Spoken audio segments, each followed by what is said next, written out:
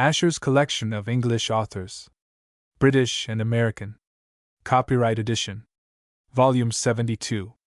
Millie Darrell and Other Stories by M. E. Braddon. In one volume. Paris, Émile Gallet, 12, Rue Bonaparte. 1873. This edition is copyright for foreign circulation only. Asher's Collection of English Authors, British and American. Copyright Edition. Volume 72. Millie Darrell and Other Tales by M. E. Braddon. In one volume. Asher's edition by the same author, Robert Ainsleigh, 3-volume To the Bitter End, 3-volume Millie Darrell and Other Tales. By M. E. Braddon, author of Lady Audley's Secret, Robert Ainsleigh, etc. Copyright Edition. Berlin. A. Asher and Company, Publishers. 1873. To Dr. and Mrs. Beeman, the author's old and valued friends, this book is affectionately inscribed. Millie Darrell, page 1 Old Rutherford Hall, page 179 The Splendid Stranger, page 235 Millie Darrell Chapter 1. I Begin Life. I was just 19 years of age when I began my career as articled pupil with the Miss Bagshots of Albury Lodge, Fendale, Yorkshire. My father was a country curate, with a delicate wife and 4 children, of whom I was the eldest, and I had known from my childhood that the day must come in which I should have to get my own living in almost the only vocation open to a poor gentleman's daughter.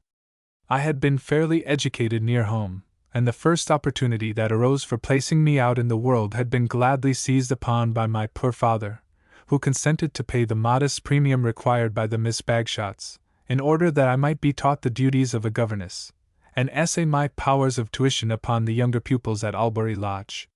How well I remember the evening of my arrival, a bleak, dreary evening at the close of January, made still more dismal by a drizzling rain that had never ceased falling since I left my father's snug little house at Briarwood in Warwickshire. I had had to change trains 3 times, and to wait during a blank and miserable hour and a quarter or so at small obscure stations, staring hopelessly at the advertisements on the walls, advertisements of somebody's life-sustaining cocoa, and somebody else's health-restoring cod liver oil, or trying to read the big brown-backed Bible in the cheerless little waiting-room, and trying, oh so hard, not to think of home, and all the love and happiness I had left behind me.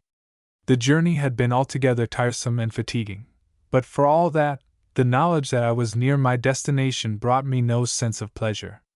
I think I should have wished that dismal journey prolonged indefinitely, if I could thereby have escaped the beginning of my new life. A lumbering omnibus conveyed me from the station to Albury Lodge, after depositing a grim-looking elderly lady at a house on the outskirts of the town, and a dapper-looking little man, whom I took for a commercial traveler, at an inn in the marketplace. I watched the road with a kind of idle curiosity, as the vehicle lumbered along. The town had a cheerful, prosperous air even on this wet winter night, and I saw that there were 2 fine old churches, and a large modern building which I supposed to be the town hall. We left the town quite behind us before we came to Albury Lodge, a very large house on the high road, a square red brick house of the early Georgian era, shut in from the road by high walls. The great wrought iron gates in the front had been boarded up, and Albury Lodge was now approached by a little wooden side door into a stone-flagged covered passage that led to a small door at the end of the house. The omnibus driver deposited me at this door, with all my worldly possessions, which at this period of my life consisted of 2 rather small boxes and a Japan dressing-case, a receptacle that contained all my most sacred treasures. I was admitted by a rather ill-tempered-looking housemaid, with a cap of obtrusive respectability and a spotless white apron. I fancied that she looked just a little superciliously at my boxes, which I dare say would not have contained her own wardrobe. "Oh, it's the governess pupil, I suppose," she said. "You was expected early this afternoon, miss. Miss Bagshot and Miss Susan are gone out to tea, but I can show you where you are to sleep, if you'll please to step this way. Do you think you could carry one of your trunks, if I carry the other?" I thought I could, so the housemaid and I lugged them all the way along the stone passage and up an uncarpeted back staircase which led from the lobby into which the door at the end of the passage opened. We went very high up, to the top story in fact, where the housemaid led me into a long bare room with 10 little beds in it. I was well enough accustomed to the dreariness of a school dormitory, but somehow this room looked unusually dismal. There was a jet of gas burning at one end of the room, near a door opening into a lavatory which was little more than a cupboard, but in which 10 young ladies had to perform their daily ablutions. Here I washed my face and hands in icy cold water, and arranged my hair as well as I could without the aid of a looking-glass, that being a luxury not provided at Albury Lodge. The servant stood watching me as I made this brief toilet, waiting to conduct me to the schoolroom. I followed her, shivering as I went, to a great empty room on the first floor. The holidays were not quite over, and none of the pupils had as yet returned. There was an almost painful neatness and bareness in place of the usual litter of books and papers, and I could not help thinking that an apartment in a workhouse would have looked quite as cheerful. Even the fire behind the high wire guard seemed to burn in a different manner from all home fires, a fact which I attributed then to some sympathetic property in the coal, but which I afterwards found to be caused by a plentiful admixture of coke. A slow sulky smoke went up from the dull mass of fuel, brightened ever so little now and then by a sickly yellow flame. One jet of gas dimly lighted this long dreary room, in which there was no human creature but myself and my guide. "I'll bring you some supper presently, miss," the housemaid said, and departed before I could put in a timid plea for that feminine luxury, a cup of tea. I had not expected to find myself quite alone on this first night of my arrival, and a feeling of hopeless wretchedness came over me as I sat down at one end of a long green baize-covered table, and rested my head upon my folded arms. Of course it was very weak and foolish, a bad beginning of my new life, but I was quite powerless to contend against that sense of utter misery. I thought of all I had left at home. I thought of what my life might have been if my father had been only a little better off, and then I burst out crying as if my heart were breaking. Suddenly, in the midst of that foolish paroxysm, I felt a light hand upon my shoulder, and looking up, saw a face bending over me, a face full of sympathy and compassion. "Oh, Milly Darrell, my darling, my love, how am I to describe you as you appeared before my eyes that night? How poorly can any words of mine paint you in your girlish beauty, as you looked down upon me in that dimly lighted schoolroom with divine compassion in your dark eloquent eyes. Just at that moment I was so miserable, and so inclined to be sulky in my wretchedness, that even the vision of that bright face gave me little pleasure. I pushed away the gentle hand ungraciously, and rose hastily from my seat. "Pray don't cry any more," said the young lady. "I can't bear to hear you cry like that." "I'm not going to cry any more," I answered, drying my eyes in a hasty, angry way. It was very foolish of me to cry at all, but this place did look so cheerless and dreary, and I began to think of my father and mother, and all I had left behind me at home. Of course it was only natural you should think of them. Everything does seem so bleak and dismal the first night, but you are very happy to have so many at home. I have only Papa." "Indeed," I said, not feeling deeply interested in her affairs. I looked at her as she stood leaning a little against the end of the table, and playing idly with a bunch of charms and lockets hanging to her gold chain. She was very handsome, a brunette, with a small straight nose, hazel eyes, and dark brown hair. Her mouth was the prettiest and most expressive I ever saw in my life, and gave an indescribable charm to her face. She was handsomely dressed in violet silk, with rich white lace about the throat and sleeves. You will find things much pleasanter when the girls come back. Of course, school is always a little dreary compared with home. One is prepared for that. But I have no doubt you will contrive to be happy, and I hope we shall be very good friends. I think you must be the Miss Crofton I have heard spoken of lately?" "Yes, my name is Crofton, Mary Crofton. And mine is Emily Darrell. Milly I am always called at home, and by any one who likes me. I am a parlor boarder, and have the run of the house, as it were. I am rather old to be at school, you see, but I am going home at the end of this year. I was brought up at home with a governess until about 6 months ago, but then Papa took it into his head that I should be happier amongst girls of my own age, and sent me off to school. He has been traveling since that time, and so I have not been home for the Christmas holidays. I can't tell you what a disappointment that was." I tried to look sympathetic, and, not knowing exactly what to say, I asked whether Miss Darrell's father lived in that neighborhood. "Oh dear, no," she answered. "He lives nearly 100 miles away, in a very wild part of Yorkshire, not far from the sea. But Thornley, that is the name for our house, is a dear old place, and I like our bleak wild country better than the loveliest spot in the world. I was born there, you see, and all my happy memories of my childhood and my mother are associated with that dear old home." "Is it long since you lost your mother?" 10 years. I loved her so dearly. There are some subjects about which one dare not speak. I cannot often trust myself to talk of her. I liked her better after this. At first her beauty and her handsome dress had seemed a little overpowering to me.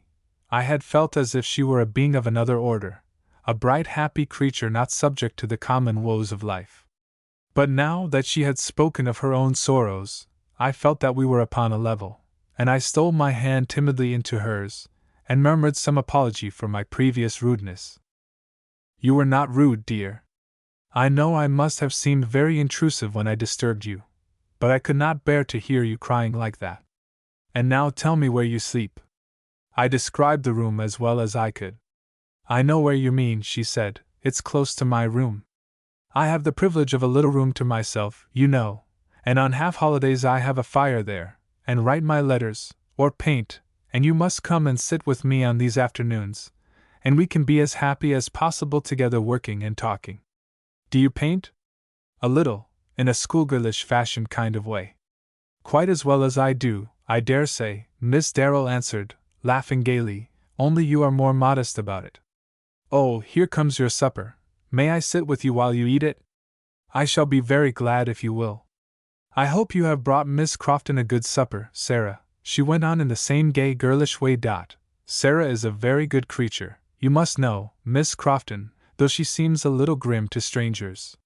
That's only a way of hers, she can smile, I assure you, though you'd hardly think so." Sarah's hard-looking mouth expanded into a kind of grin at this.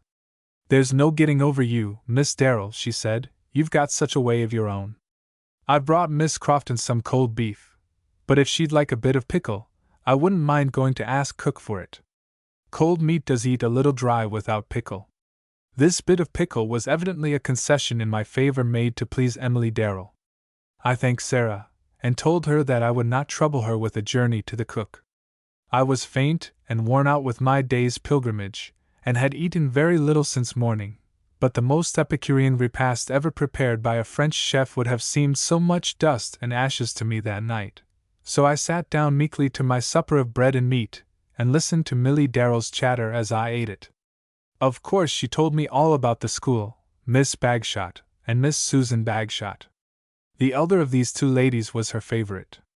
Miss Susan had, in the remote period of her youth, been the victim of some unhappy love affair, which had soured her disposition, and inclined her to look on the joys and follies of girlhood with a jaundiced eye. It was easy enough to please Miss Bagshot, who had a genial matronly way, and took real delight in her pupils, but it was almost impossible to satisfy Miss Susan. "And I am sorry to say that you will be a good deal with her," Miss Darrell said, shaking her head gravely, "for you are to take the second English class under her. I heard them say so at dinner today, and I am afraid she will fidget you almost out of your life. But you must try to keep your temper, and take things as quietly as you can, and I dare say in time you will be able to get on with her." "I'm sure I hope so," I answered rather sadly, and then Miss Darrell asked me how long I was to be at Albury Lodge. 3 years, I told her, and after that, Miss Bagshot is to place me somewhere as a governess. "You are going to be a governess always?" "I suppose so," I answered. The word always struck me with a little sharp pain, almost like a wound. Yes, I supposed it would be always. I was neither pretty nor attractive. What issue could there be for me out of that dull, hackneyed round of daily duties which makes up the sum of a governess's life? "I am obliged to do something for my living," I said. "My father is very poor. I hope I may be able to help him a little by and by. And my father is so ridiculously rich. He is a great ironmaster, and has wharves and warehouses, and goodness knows what, at North Shields. How hard it seems!" "What seems hard?" I asked absently. That money should be so unequally divided. Do you know, I don't think I should much mind going out as a governess. It would be a way of seeing life. One must meet with all sorts of adventures, going among strangers like that. I looked at her as she smiled at me, with a smile that gave an indescribable brightness to her face, and I fancied that for her indeed there could be no form of life so dull that would not hold some triumph, some success. She seemed a creature born to extract brightness out of the commonest things, a creature to be only admired and caressed, go where she might. You a governess, I said, a little scornfully, you are not of the clay that makes governesses. Why not?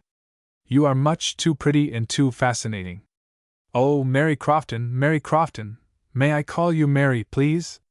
We are going to be such friends. If you begin by flattering me like that, how am I ever to trust you and lean upon you? I want someone with a stronger mind than my own, you know, dear, to lead me right, for I'm the weakest, vainest creature in the world, I believe. Papa has spoiled me so. If you are always like what you are tonight, I don't think the spoiling has done much mischief, I said. Oh, I am always amiable enough, so long as I have my own way. And now tell me all about your home. I gave her a faithful account of my brothers and my sister, and a brief description of the dear old-fashioned cottage, with its white plaster walls crossed with great black beams, its many gables and quaint latticed windows. I told her how happy and united we had always been at home, and how this made my separation from those I loved so much the harder to bear, to all of which Milly Darrell listened with most unaffected sympathy. Early the next day my new life began in real earnest. Miss Susan Bagshot did not allow me to waste my time in idleness until the arrival of my pupils. She gave me a pile of exercises to correct, and some difficult needlework to finish, and I found I had indeed a sharp taskmistress in this blighted lady. Girls of your age are so incorrigibly idle, she said, but I must give you to understand at once that you will have no time for dawdling at Albury Lodge. The first bell rings 6:15, and at 15:15 I shall expect to see you in the schoolroom. You will superintend the younger pupils' pianoforte practice from that time till 8 o'clock, at which hour we breakfast. From 9 till 12 you will take the second division of the second class for English, according to the routine arranged by me, which you had better copy from a paper I will lend you for that purpose. After dinner you will take the same class for 2 hours reading until 4. From 4 to 5 you will superintend the needlework class. Your evenings, with the exception of the careful correction of all the day's exercises, will be your own. I hope you have a sincere love of your vocation, Miss Crofton. I said I hoped I should grow to like my work as I became accustomed to it. I had never yet tried teaching, except with my young sister and brothers. My heart sank as I remembered our free and easy studies in the sunny parlor at home, or out in the garden under the pink and white hawthorns sometimes on balmy mornings in the early summer. Miss Susan shook her head doubtfully. Unless you have a love of your vocation you will never succeed, Miss Crofton, she said solemnly. I freely confess that this love she spoke of never came to me. I tried to do my duty, and I endured all the hardships of my life in, I hope, a cheerful spirit. But the dry monotony of the studies had no element of pleasantness, and I used to wonder how Miss Susan could derive pleasure, as it was evident she did, from the exercise of her authority over those hapless scholars who had the misfortune to belong to her class. Day after day they heard the same lectures, listened submissively to the same reproofs, and toiled on upon that bleak bare high road to learning, along which it was her delight to drive them. Nothing like a flower brightened their weary way, it was all alike dust and barrenness, but they ploughed on dutifully, cramming their youthful minds with the hardest dates and facts to be found in the history of mankind, the dreariest statistics, the driest details of geography, and the most recondite rules of grammar, until the happy hour arrived in which they took their final departure from Albury Lodge, to forget all they had learnt there in the briefest possible time. How my thoughts used to wander away sometimes as I sat at my desk, distracted by the unmelodious sound of Miss Susan's voice lecturing some victim in her own division at the next table, while one of the girls and mine droned drearily at Lingard, or Pinnock's Goldsmith, as the case might be. How the vision of my own bright home haunted me during those long monotonous afternoons, while the March winds made the poplars rock in the garden outside the schoolroom, or the April rain beat against the great bare windows. Chapter 2. Milly's Visitor. It was not often that I had a half-holiday to myself, for Miss Susan Bagshot seemed to take a delight in finding me something to do on these occasions. But whenever I had, I spent it with Milly Darrell, and on these rare afternoons I was perfectly happy. I had grown to love her as I did not think it was a need to love any one who was not of my own flesh and blood, and in so loving her, I only returned the affection which she felt for me. I am sure it was the fact of my friendlessness, and of my subordinate position in the school, which had drawn this girl's generous heart towards me, and I should have been hard indeed if I had not felt touched by her regard. She soon grew indescribably dear to me. She was of my own age, able to sympathize with every thought and fancy of mine, the frankest, most open-hearted of creatures, a little proud of her beauty, perhaps, when it was praised by those she loved, but never proud of her wealth, or insolent to those whose gifts were less than hers. I used to write my home letters in her room on these rare and happy afternoons, while she painted at an easel near the window. The room was small, but better furnished than the ordinary rooms in the house, and it was brightened by all sorts of pretty things, handsomely bound books upon hanging shelves, pictures, Dresden cups and saucers, toilet bottles and boxes, which Miss Darrell had brought from home. Over the mantelpiece there was a large photograph of her father, and by the bedside there hung a more flattering watercolored portrait, painted by Milly herself. It was a powerful and rather a handsome face, but I thought the expression a little hard and cold, even in Milly's portrait.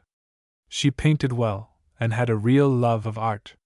Her studies at Albury Lodge were of rather a desultory kind, as she was not supposed to belong to any class, but she had lessons from nearly half a dozen different masters, German lessons, Italian lessons, drawing lessons, music and singing lessons, and was altogether a very profitable pupil. She had her own way with every one, I found, and I believe Miss Bagshot was really fond of her. Her father was traveling in Italy at this time, and did not often write to her, a fact that distressed her very much, I know, but she used to shake off her sorrow in a bright hopeful way that was peculiar to her, always making excuses for the dilatory correspondent. She loved him intensely, and keenly felt this separation from him, but the doctors had recommended him rest and change of air and scene, she told me, and she was glad to think he was obeying them. Upon one of these half-holidays, when midsummer was near at hand, we were interrupted by an unwonted event, in the shape of a visit from a cousin of Milly's, a young man who occupied an important position in her father's house of business, and of whom she had sometimes talked to me, but not much. His name was Julian Stormont, and he was the only son of Mr. Darrell's only sister, long since dead. It was a sultry afternoon, and we were spending it in a rustic summer house at the end of a broad gravel that went the whole length of the large garden. Milly had her drawing materials on the table before her, but had not been using them. I was busy with a piece of fancy work which Miss Susan Bagshot had given me to finish. We were sitting like this, when my old acquaintance Sarah, the housemaid, came to announce a visitor for Miss Darrell. Milly sprang to her feet, flushed with excitement. "It must be Papa," she cried joyfully. "Lor, no, miss, don't you go to excite yourself like that. It isn't your pa, it's a younger gentleman." She handed Milly a card. "Mr. Stormont," the girl exclaimed, with a disappointed air, "my cousin Julian." "I am coming to him, of course, Sarah. But I wish you had given me the card at once. Won't you go and do something to your hair, miss? Most young ladies do." "Oh yes, I know. There are girls who would stop to have their hair done in Grecian plaits, if the dearest friend they had in the world was waiting for them in the drawing-room. My hair will do well enough, Sarah Dot. Come, Mary, you'll come to the house with me, won't you?" "Lor, miss, here comes the gentleman," said Sarah, and then decamped by an obscure side path. "I had better leave you to see him alone, Milly," I said, but she told me imperatively to stay, and I stayed. She went a little way to meet the gentleman, who seemed pleased to see her, but whom she received rather coldly, as I thought. But I had not long to think about it, before she had brought him to the summer-house, and introduced him to me. "My cousin Julian, Miss Crofton." He bowed rather stiffly, and then seated himself by his cousin's side, and put his hat upon the table before him. I had plenty of time to look at him as he sat there talking of all sorts of things connected with Thornley, and Miss Darrell's friends in that neighborhood. He was very good-looking, fair and pale, with regular well-cut features, and rather fine blue eyes. But I fancied those clear blue eyes had a cold look, and that there was an expression of iron will about the mouth and powerful prominent chin. The upper part of the face was thoughtful, and there were lines already on the high white forehead, from which the thin straight chestnut hair was carefully brushed. It was the face of a very clever man, I thought, but I was not so sure that it was the face of a man I could like, or whom I should be inclined to trust. Mr. Stormont had a low, pleasant voice and an agreeable manner of speaking. His way of treating his cousin was half deferential, half playful. But once, when I looked up suddenly from my work, I seemed to catch a glimpse of a deeper meaning in the cold blue eyes, a look of singular intensity fixed on Milly's bright face. Whatever this look might mean, she was unconscious of it. She went on talking gaily of Thornley and her Thornley friends. "I do so want to come home, Julian," she said. "Do you think there is any hope for me this midsummer?" "I think there is every hope. I think it is almost certain you will come home." "Oh, Julian, how glad I am!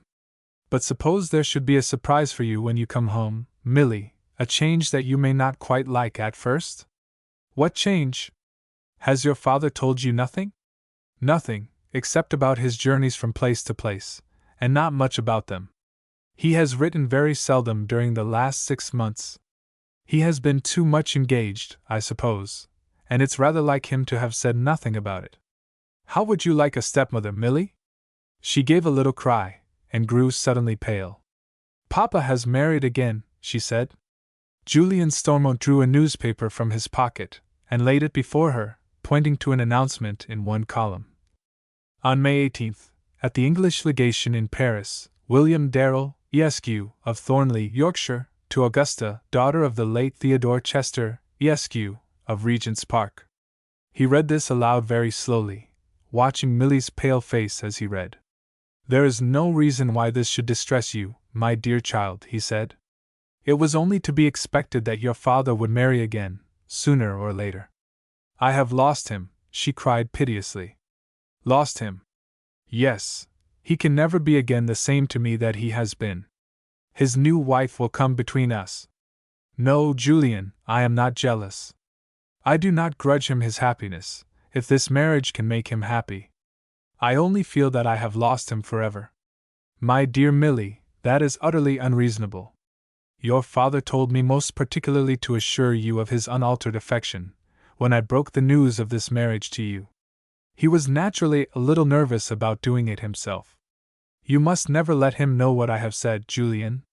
He will never hear any expression of regret from me, and I will try to do my duty to this strange lady. Have you seen her yet?"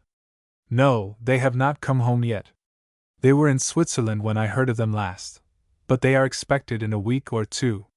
Come, my dear Milly, don't look so serious. I trust this marriage may turn out for your happiness, as well as for your father's. Rely upon it, you will find no change in his feelings towards you. He will always be kind and good to me, I know," she answered sadly. "It is not possible for him to be anything but that, but I can never be his companion again as I have been. There is an end to all that. That was a kind of association which could not be supposed to last all your life, Milly. It is to be hoped that somebody else will have a claim upon your companionship before many years have gone by." "I suppose you mean that I shall marry," she said, looking at him with supreme indifference. "Something like that, Milly. I have always fancied myself living all my life with Papa. I have never thought it possible that I could care for any one but him." Julian Stormont's face darkened a little, and he sat silent for some minutes, folding and refolding the newspaper in a nervous way. "You are not very complimentary to your admirers at Thornley," he said at last, with a short hoarse laugh. "Who is there at Thornley? Have I really any admirers there? I think I could name half a dozen. Never mind them just now. I want you to tell me all you know about my stepmother. That amounts to very little. All I can tell you is, that she is the daughter of a gentleman, highly accomplished, without money, and 24 years of age. She was traveling as companion to an elderly lady when your father met her in a picture gallery at Florence. He knew the old lady, I believe, and by that means became acquainted with the younger one. Only 24. Only 4 years older than I. Rather young, is it not? But when a man of your father's age makes a second marriage, he is apt to marry a young woman. Of course, this is quite a love match. Yes, quite a love match, Milly repeated, with a sigh. I knew she could not help that natural pang of jealousy, as she thought how she and her father had once been all the world to each other. She had told me so often of their happy companionship, the perfect confidence that had existed between them. Julian Stormont sat talking to her, and a very little, to me, for about half an hour longer, and then departed. He was to sleep at Fendale, and go back to North Shields next morning. He was his uncle's right hand in the business, Milly told me, and from the little I had seen of him I could fancy him a power in any sphere. Papa has a very high opinion of him, she said, when we were talking of him after he had left us. And you like him very much, I suppose? Oh yes, I like him very well. I have known him all my life. We are almost like brother and sister, only Julian is one of those thoughtful, reserved persons one does not get on with very fast. Chapter 3. At Thornley. The midsummer holidays began at last, and Mr. Darrell came in person to fetch his daughter, much to her delight. She was not to return to school any more unless she liked, he told her. Her new mamma was most anxious to receive her, and she could have masters at Thornley to complete her education, if it were not already finished.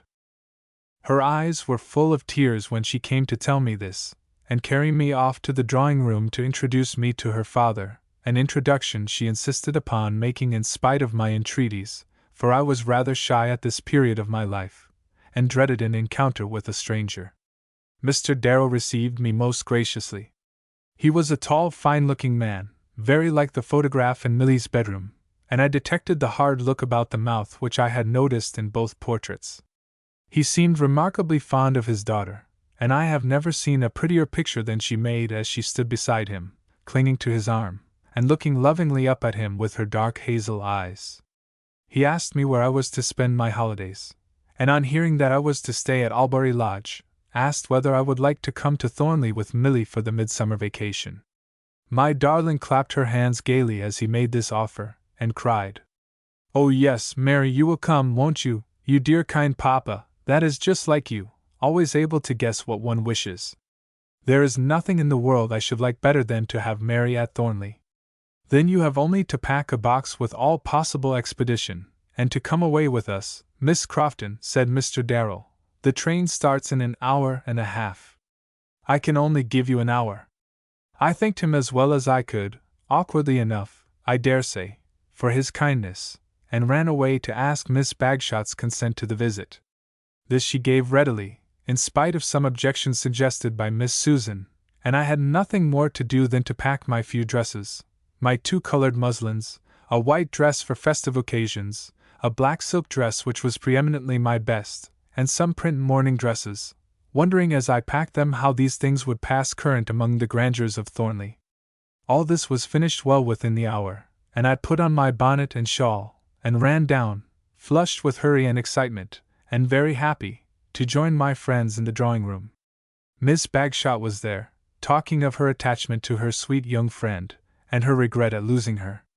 Mr. Darrell cut these lamentations short when he found I was ready, and we drove off to the station in the fly that had brought him to Albury Lodge.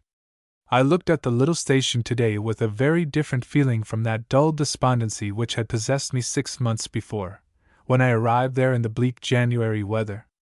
The thought of 5 weeks' respite from the monotonous routine of Albury Lodge was almost perfect happiness. I did not forget those I loved at home, or cease to regret the poverty that prevented my going home for the holidays. But since this was impossible, nothing could have been pleasanter than the idea of the visit I was going to pay. Throughout the journey Mr. Darrell was all that was gracious and kind. He talked a good deal of his wife, dwelling much upon her accomplishments and amiability, and assuring his daughter again and again that she could not fail to love her. "I was a little bit of a coward in the business, I confess, Milly," he said, in the midst of this talk, and hadn't courage to tell you anything till the deed was done, and then I thought it was as well to let Julian make the announcement. You ought to have trusted me better, Papa, Milly said tenderly, and I knew what perfect self-abnegation there was in the happy smile with which she gave him her hand. And you are not angry with me, my darling? He asked. Angry with you, Papa? As if I had any right to be angry with you. Only try to love me a little, as you used to do, and I shall be quite happy. I shall never love you less, my dear. The journey was not a long one, and the country through which we passed was very fair to look upon in the bright June afternoon. The landscape changed when we were within about 30 miles of our destination. The fertile farmlands and waving fields of green corn gave place to an open moor, and I felt from far off the fresh breath of the ocean. This broad undulating moorland was new to me, and I thought there was a wild kind of beauty in its loneliness. As for Milly, she looked out at the moor with rapture, and strained her eyes to catch the first glimpse of the hills about Thornley, those hills of which she had talked to me so often in her little room at school. The station we had to stop at was 10 miles from Mr. Darrell's house, and a barouche pair was waiting for us in the sunny road outside. We drove along a road that crossed the moor, until we came to a little village of scattered houses, with a fine old church, at one end of which an ancient sacristy seemed mouldering slowly to decay. We drove past the gates of 2 or 3 rather important houses, lying half hidden in their gardens, and then turned sharply off into a road that went up a hill, nearly at the top of which we came to a pair of noble old carved iron gates, surmounted with a coat of arms, and supported on each side by massive stone pillars, about which the ivy twined lovingly. An old man came out of a pretty rustic-looking lodge and opened these gates, and we drove through an avenue of some extent, which led straight to the front of the house, the aspect of which delighted me. It was very old and massively built, and had quite a baronial look, I thought. There was a wide stone terrace with ponderous moss-grown stone balustrades round 3 sides of it, and at each angle a broad flight of steps leading down to a second terrace, with sloping green banks that melted into the turf of the lawn. The house stood on the summit of a hill, and from one side commanded a noble view of the sea. A lady came out of the curious old stone porch as the carriage drove up, and stood at the top of the terrace steps waiting for us. I guessed immediately that this must be Mrs. Darrell. Milly hung back a little shyly, as her father led her up the steps with her hand through his arm. She was very pale, and I could see that she was trembling. Mrs. Darrell came forward to her quickly, and kissed her. "My darling Emily," she cried, "I am so delighted to see you at last. Oh, William, you did not deceive me when you promised me a beautiful daughter." Milly blushed, and smiled at this compliment, but still clung to her father, with shy downcast eyes. I had time to look at Mrs. Darrell while this introduction was being made. She was not by any means a beautiful woman, but she was what I suppose would have been called eminently interesting. She was tall and slim, very graceful looking, with a beautiful throat and a well-shaped head. Her features, with the exception of her eyes, were in no way remarkable, but those were sufficiently striking to give character to a face that might otherwise have been insipid. They were large luminous gray eyes, with black lashes, and rather strongly marked brows of a much darker brown than her hair. That was of a nondescript shade, either auburn nor chestnut, and with little light or color in its soft silky masses, but it seemed to harmonize very well with her pale complexion. Lovett has warned us to distrust any one whose hair and eyebrows are of a different color. I remembered this as I looked at Mrs. Darrell. She was dressed in white, and I fancied the transparent muslin, with no other ornament than a lilac ribbon at the waist, was peculiarly becoming to her slender figure and delicate face. Her husband seemed to think so too, for he looked at her with a fond admiring glance as he offered her his arm to return to the house. "I mustn't forget to introduce Miss Crofton to you, Augusta," he said, "a school friend of Milly's, who has kindly accepted my invitation to spend the holidays with her." Mrs. Darrell gave me her hand, but I fancied that she did so rather coldly, and I had an uneasy sense that I was not very welcome to the new mistress of Thornley. "You will find your old rooms all ready for you, Milly," she said. "I suppose we had better put Miss Crofton in the blue room, next yours?" "If you please, Mrs. Darrell." What, Milly, won't you call me Mama? Milly was silent for a few moments, with a pained expression in her face. Pray forgive me, she said in a low voice. I cannot call anyone by that name. Augusta Darrell kissed her again silently.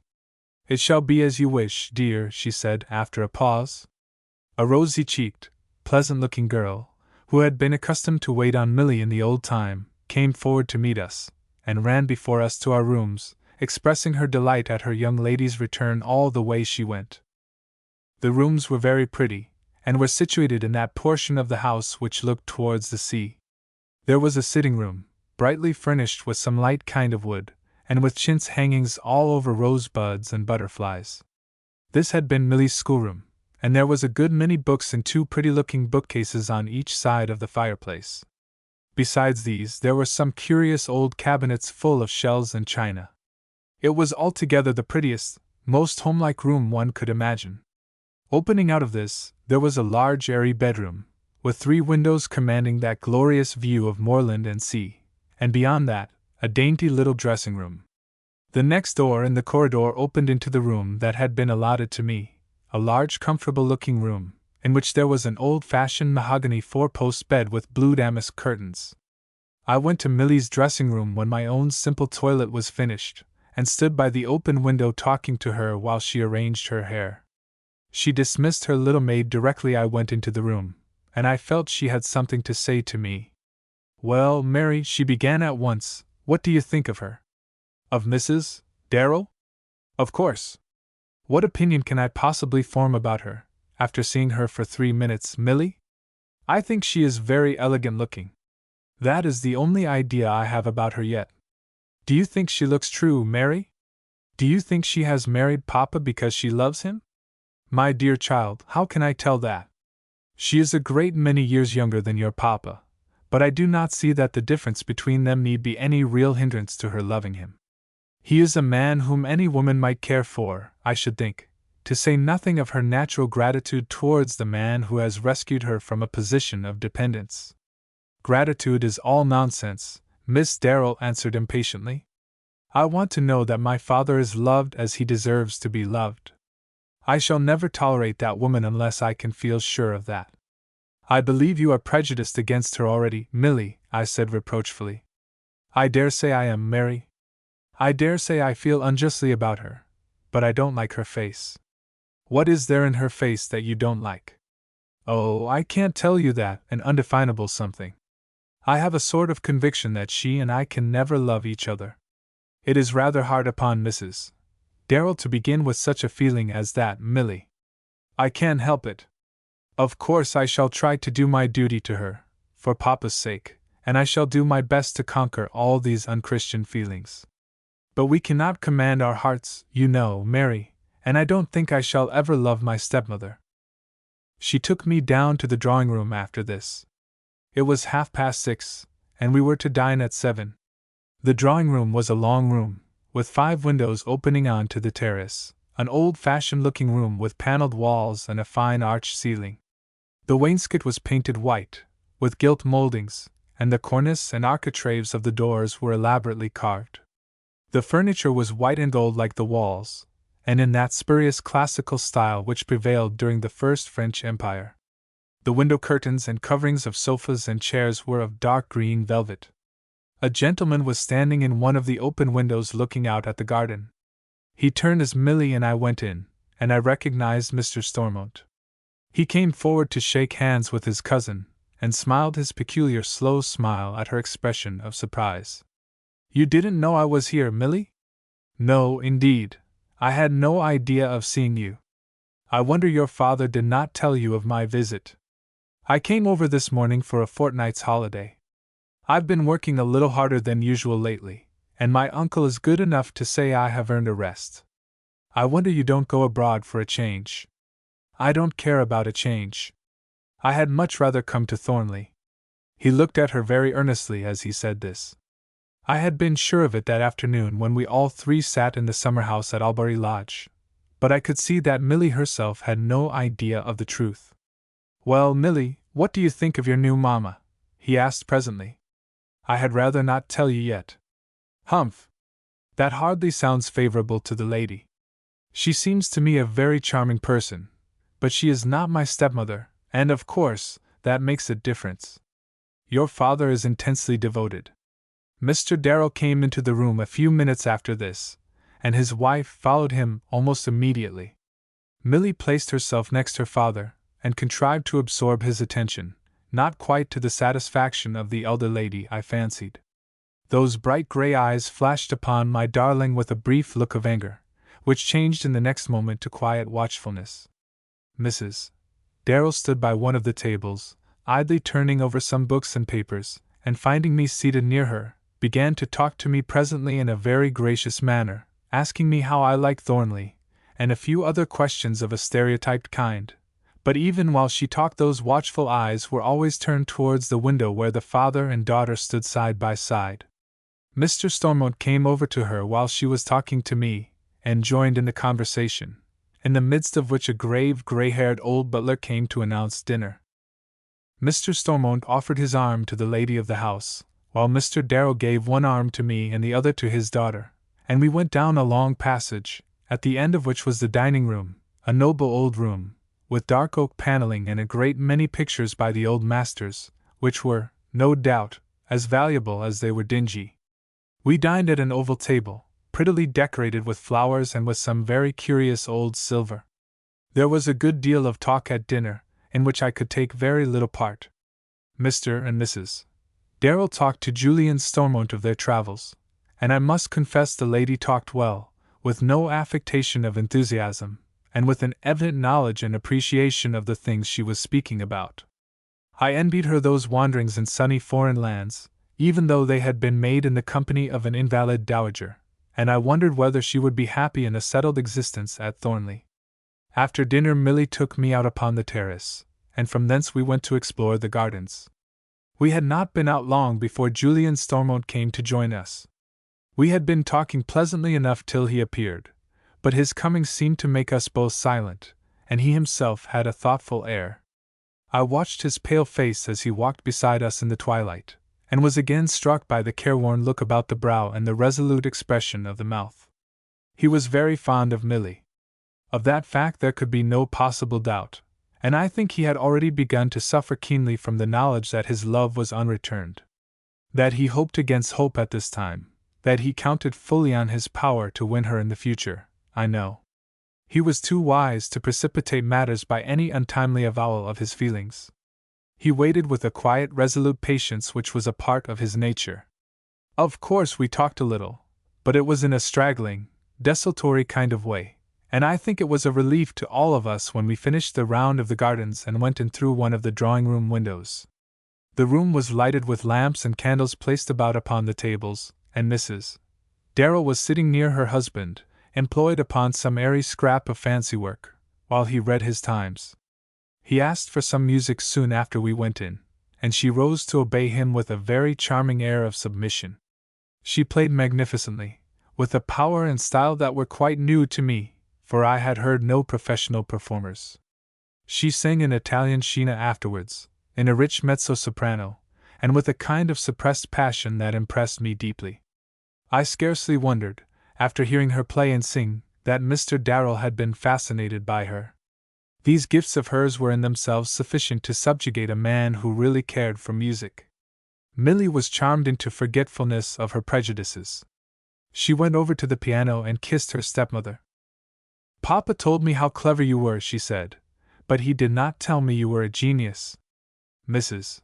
Darrell received the compliment very modestly, and then tried to persuade Milly to sing or play, but the girl declined resolutely. Nothing could induce her to touch the piano after that brilliant performance. The next day and several days passed very quietly, and in a kind of monotonous comfort. The rector of the parish dined with us one day, and on another a neighboring squire with his wife and 3 daughters. Milly and I spent a good deal of our time in the gardens and on the seashore, with Julian Stormont for our companion, while Mr. and Mrs.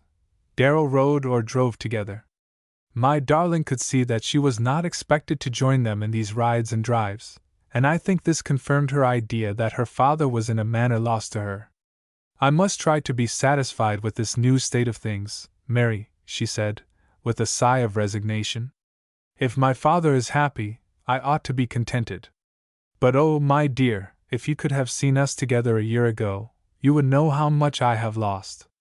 I had been at Thornley a little more than a week, when Mr. Darrell one morning proposed a drive to a place called Cumber Priory, which was one of the show houses of the neighborhood. It was a very old place, he said, and had been one of the earliest monastic settlements in that part of the country. Milly and her father and her cousin had been there a great many times, and the visit was proposed for the gratification of Mrs. Darrell and myself.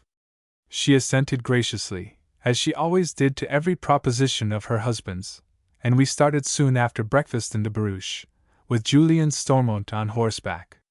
The drive was delightful, for, after leaving the hilly district about Thornley, our road lay through a wood, where the trees were of many hundred years' growth. I recognized groups of oak and beech that I had seen among the sketches in Milly's portfolio. On the other side of the wood we came to some dilapidated-looking gates, with massive stone escutcheons on the great square pillars. There was a lodge, but it was evidently unoccupied, and Mr. Darrell's footman got down from the box to open the gates. Within we made the circuit of a neglected lawn, divided from a park by a sunk fence, across which some cattle stared at us in a lazy manner as we drove past them. The house was a long low building with heavily mullioned windows, and was flanked by Gothic towers. Most of the windows had closed shutters, and the place had altogether a deserted look. The priory has not been occupied for several years, Mr. Darrell said, as if in answer to my thoughts as I looked up at the closed windows. The family have been too poor to live in it in anything like their old state. There is only one member of the old family remaining now, and he leads a wandering kind of life abroad, I believe. What has made them so poor? Asked Mrs. Darrell. Extravagant habits, I suppose, answered her husband, with an expressive shrug of the shoulders. The Edgertons have always been a wild race. Edgerton, Mrs. Darrell repeated. I thought the name of these people was Cumber. No, Cumber is only the name of the place. It has been in the Edgerton family for centuries. Indeed! I was seated exactly opposite her, and I was surprised by the strange startled look in her face as she repeated the name of Edgerton. That look passed away in the next moment, and left her with her usual air of languid indifference, a placid kind of listlessness which harmonized very well with her pale complexion and delicate features. She was not a woman from whom one expected much animation. The low iron-studded door of the priory was opened by a decent-looking old woman of that species which seems created expressly for the showing of old houses. She divined our errand at once, and as soon as we were in the hall, began her catalogue of pictures and curiosities in the usual mechanical way, while we looked about us, always fixing our eyes on the wrong object, and more bewildered than enlightened by her description of the chief features of the place. We went from room to room, the dame throwing open the shutters of the deep-set Gothic windows, and letting in a flood of sunshine upon the faded tapestries and tarnished picture frames. It was a noble old place, and the look of decay upon everything was more in accord with its grandeur than any modern splendor could have been. We had been through all the rooms on the ground floor, most of which opened into one another, and were returning towards the hall, when Mr. Darrell missed his wife, and sent me back to look for her in one direction, while he went in another. I hurried through 3 or 4 empty rooms, until I came to a small one at the end of the house, and here I found her. I had not noticed this room much, for it was furnished in a more modern style than the rest of the house, and the old housekeeper had made very light of it, hurrying us back to look at some armor over the chimney-piece in the next room. It was her master's study, she had said, and was not generally shown to strangers. It was a small dark-looking room, lined with dingily bound books upon heavy carved oak shelves, and with no other furniture than a massive writing-table and 3 or 4 armchairs. Over the mantelpiece, which was modern and low, there was a portrait of a young man with a dark handsome face, and it was at this that Augusta Darrell was looking. I could see her face in profile as she stood upon the hearth with her clenched hand upon the mantelpiece, and I had never before seen such an expression in any human countenance. What was it? Despair, remorse, regret? I know not, but it was a look of keenest anguish, of unutterable sorrow. The face was deadly pale, the great gray eyes looking upwards at the portrait, the lips locked together rigidly. She did not hear my footstep. It was only when I spoke to her that she turned towards me with a stony face, and asked what I wanted. I told her that Mr. Darrell had sent me.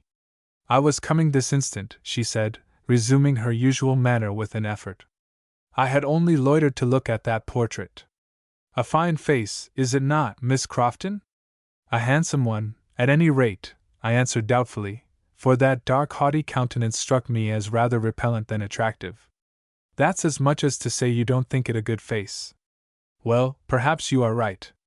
It reminded me of someone I knew a long time ago, and was rather interesting to me on that account. And then I fell into a kind of a reverie, and forgot that my dear husband might miss me. He came into the room as she was saying this. She told him that she had stopped to look at the portrait, and asked whose it was. It is a likeness of Angus Edgerton, the present owner of the priory, Mr. Darrell answered, and a very good likeness, too, of as bad a man as ever lived, I believe, he added in a lower voice. A bad man? Yes, he broke his mother's heart. In what manner? He fell in love with a girl of low birth, whom he met in the course of a pedestrian tour in the west of England, and was going to marry her, I believe, when Mrs. Edgerton got wind of the affair. She was a very proud woman, one of the most resolute masculine-minded women I ever knew. She went down into Devonshire where the girl lived immediately, and by some means or other prevented the marriage.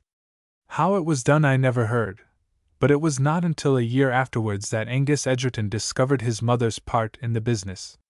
He came down to the priory suddenly and unexpectedly at a late hour one night, and walked straight to his mother's room. I have heard that old woman who has been showing us the house describe his ghastly face. She was Mrs. Edgerton's maid in those days, as he pushed her aside and went into the room where his mother was sitting. There was a dreadful scene between them, and at the end of it Angus Edgerton walked out of the house, swearing never again to enter it while his mother lived. He has kept his word. Mrs. Edgerton never crossed the threshold after that night, and refused to see anybody except her servants and her doctor. She lived this lonely kind of life for nearly 3 years, and then died of some slow wasting disease, for which the doctor could find no name. And where did Mr. Edgerton go after leaving her that night? He slept at a little inn at Cumber, and went back to London next morning. He left England soon after that, and has lived abroad ever since. And you think him a very bad man? I consider his conduct to his mother a sufficient evidence of that. He may have believed himself deeply wronged. He must have known that she had acted in his interests when she prevented his committing the folly of a low marriage. She was his mother, and had been a most devoted and indulgent mother. And in the end contrived to break his heart, to say nothing of the girl who loved him, who was of course a piece of common clay, not worth consideration. I did not think you had so much romance, Augusta, said Mr. Darrell, laughing. I suppose it is natural for a woman to take the part of unfortunate lovers, however foolish the affair may be. But I believe this Devonshire girl was quite unworthy of an honorable attachment on the part of any man. You see, I knew and liked Mrs. Edgerton, and I know how she loved her son. I cannot forgive him his conduct to her, nor have the reports of his life abroad been by any means favorable to his character. His career seems to have been a very wild and dissipated one. And he has never married? No, he has never married. He has been true, at least, Mrs. Darrell said in a low, thoughtful tone. We had lingered in the little study, while her husband had told his story. We went back to the hall now, and found Milly and Mr. Stormont looking rather listlessly at the old portraits of the Edgerton race. I was anxious to see a picture of the last Mrs. Edgerton, after what I had heard about her, and, at my request, the housekeeper showed me one in the drawing-room. She was very handsome, and wonderfully like her son. I could fancy those two haughty spirits in opposition. We spent another hour looking over the rest of the house: old tapestry, old pictures, old china, old furniture, secret staircases, carved chimney-pieces, muniment chests, and the usual objects of interest to be found in such a place. After that we walked a little in the neglected garden, where there were old holly hedges that had grown high and wild for want of clipping, and where a curious old sundial had fallen down upon the grass in a forlorn way. The paths were all green and moss-grown, and the roses were almost choked with bindweed. I saw Mrs. Darrell gather one of these roses and put it in her breast. It was the first time I have ever seen her pluck a flower, though there was a wealth of roses at Thornley. So ended our visit to Cumber Priory, a place that was destined to be very memorable to some of us in the time to come. Chapter 4. Mrs. Thatcher. It had been Milly's habit to devote one day a week to visiting among the poor, before she went to Albury Lodge, and she now resumed this practice, I accompanying her upon her visits. I had been used to going about among the cottagers at home, and I liked the work. It was very pleasant to see Milly Darrell with these people, the perfect confidence and sympathy between them and her, the delight they seemed to take in her bright, cheering presence. I was struck by their simple natural manner, and the absence of anything like sycophancy to be observed in them. One day, when we had been to several cottages about the village, Milly asked me if I could manage rather a long walk, and on my telling her that I could, we started upon a lonely road that wound across the moor in a direction I had never walked in until that day. We went on for about 2 miles without passing a human habitation, and then came to one of the most desolate-looking cottages I ever remember seeing. It was little better than a cabin, and consisted only of 2 rooms, a kind of kitchen or dwelling room, and a dark little bedchamber opening out of it. "I am not going to introduce you to a very agreeable person, Mary," Milly said, when we were within a few paces of this solitary dwelling, "but old Rebecca is a character in her way, and I make a point of coming to see her now and then, though she is not always very gracious to me." It was a warm, bright summer's day, but the door and the single window of the cottage were firmly closed. Milly knocked with her hand, and a thin, feeble old voice called to her to come in. We went in. The atmosphere of the place was hot, and had an unpleasant doctor's shoppish kind of odor, which I found was caused by some herbs in a jar that was simmering over a little stove in a corner. Bunches of dried herbs hung from the low ceiling, and on an old-fashioned lumbering chest of drawers that stood in the window there were more herbs and roots laid out to dry. "Mrs. Thatcher is a very clever doctor, Mary," said Milly, as if by way of introduction. "All our servants come to her to be cured when they have colds and coughs. And how are you this lovely summer weather, Mrs. Thatcher?" "None too well, miss," grumbled the old woman. "I don't like the summer time, it never suited me." "That's strange," said Milly gaily. "I thought everybody liked summer."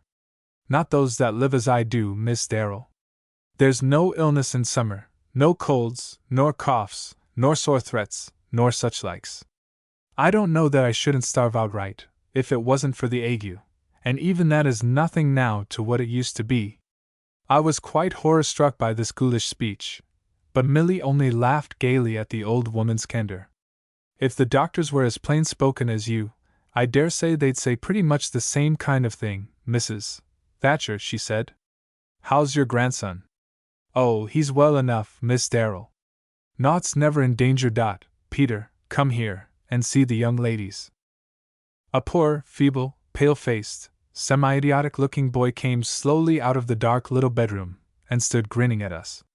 He had the white, sickly aspect of a creature reared without the influence of air and light, and I pitied him intensely as he stood there staring and grinning in that dreadful, hopeless manner.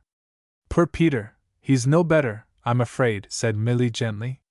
"No, miss, nor never will be. He knows more than people think, and has queer cunning ways of his own, but he'll never be any better or wiser than he is now. Not if you were to take as much pains with him as you do with the patients who pay you, Mrs. Thatcher?" asked Milly. "I've taken pains with him," answered the woman, with a scowl.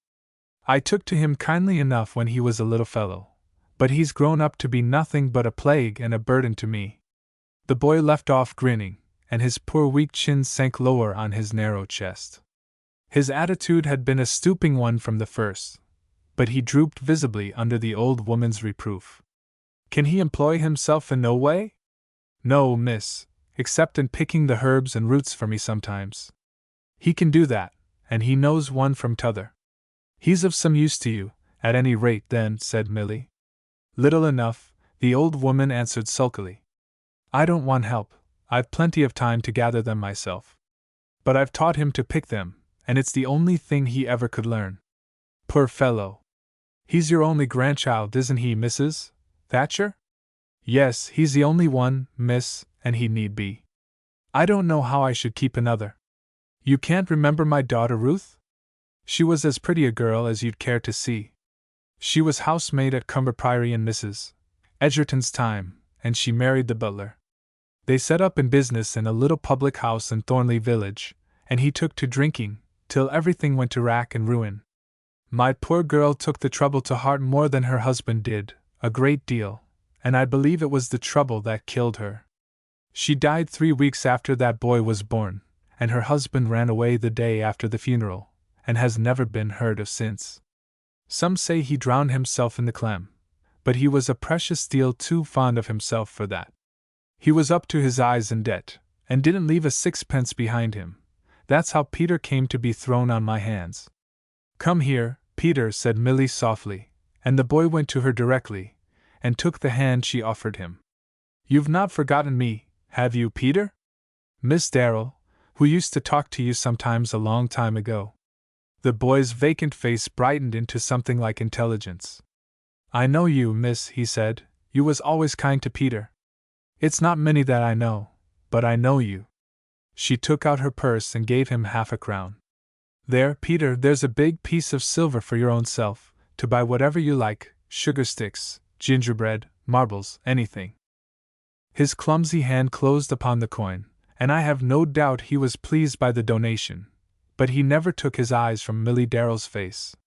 That bright, lovely face seemed to exercise a kind of fascination upon him. Don't you think Peter would be better if you were to give him a little more air and sunshine, Mrs. Thatcher? Milly asked presently. That bedroom seems rather a dark, close place. He needn't be there unless he likes, Mrs. Thatcher answered indifferently. He sits out of doors whenever he chooses. Then I should always sit out of doors on fine days, if I were you, Peter, said Milly. After this she talked a little to Mrs. Thatcher, who was by no means a sympathetic person, while I sat looking on, and contemplating the old woman with a feeling that was the reverse of admiration. She was of a short, squat figure, with broad shoulders and no throat to speak of, and her head seemed too big for her body. Her face was long and thin, with large features, and a frame of scanty grey hair, among which a sandy tinge still lingered here and there. Her eyes were of an ugly reddish brown, and had, I thought, a most sinister expression.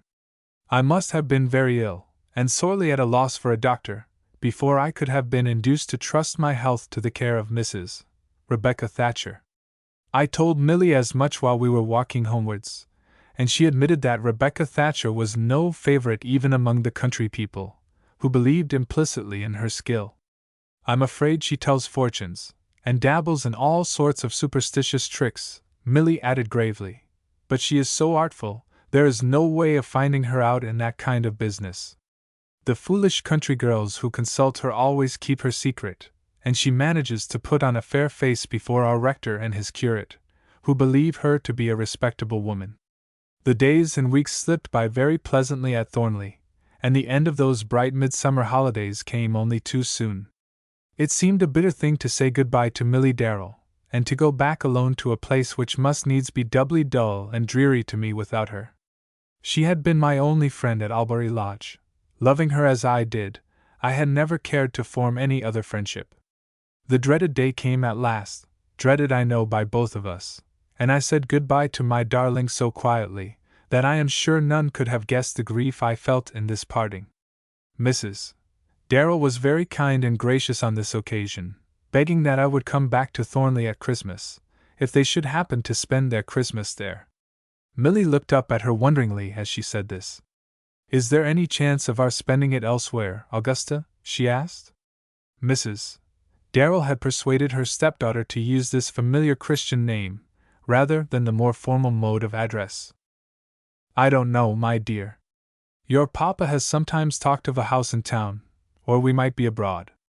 I can only say that if we are at home here, we shall be very much pleased to see Miss Crofton again. I thanked her, kissed Milly once more, and so departed, to be driven to the station in state in the barouche, and to look sadly back at the noble old house in which I had been so happy.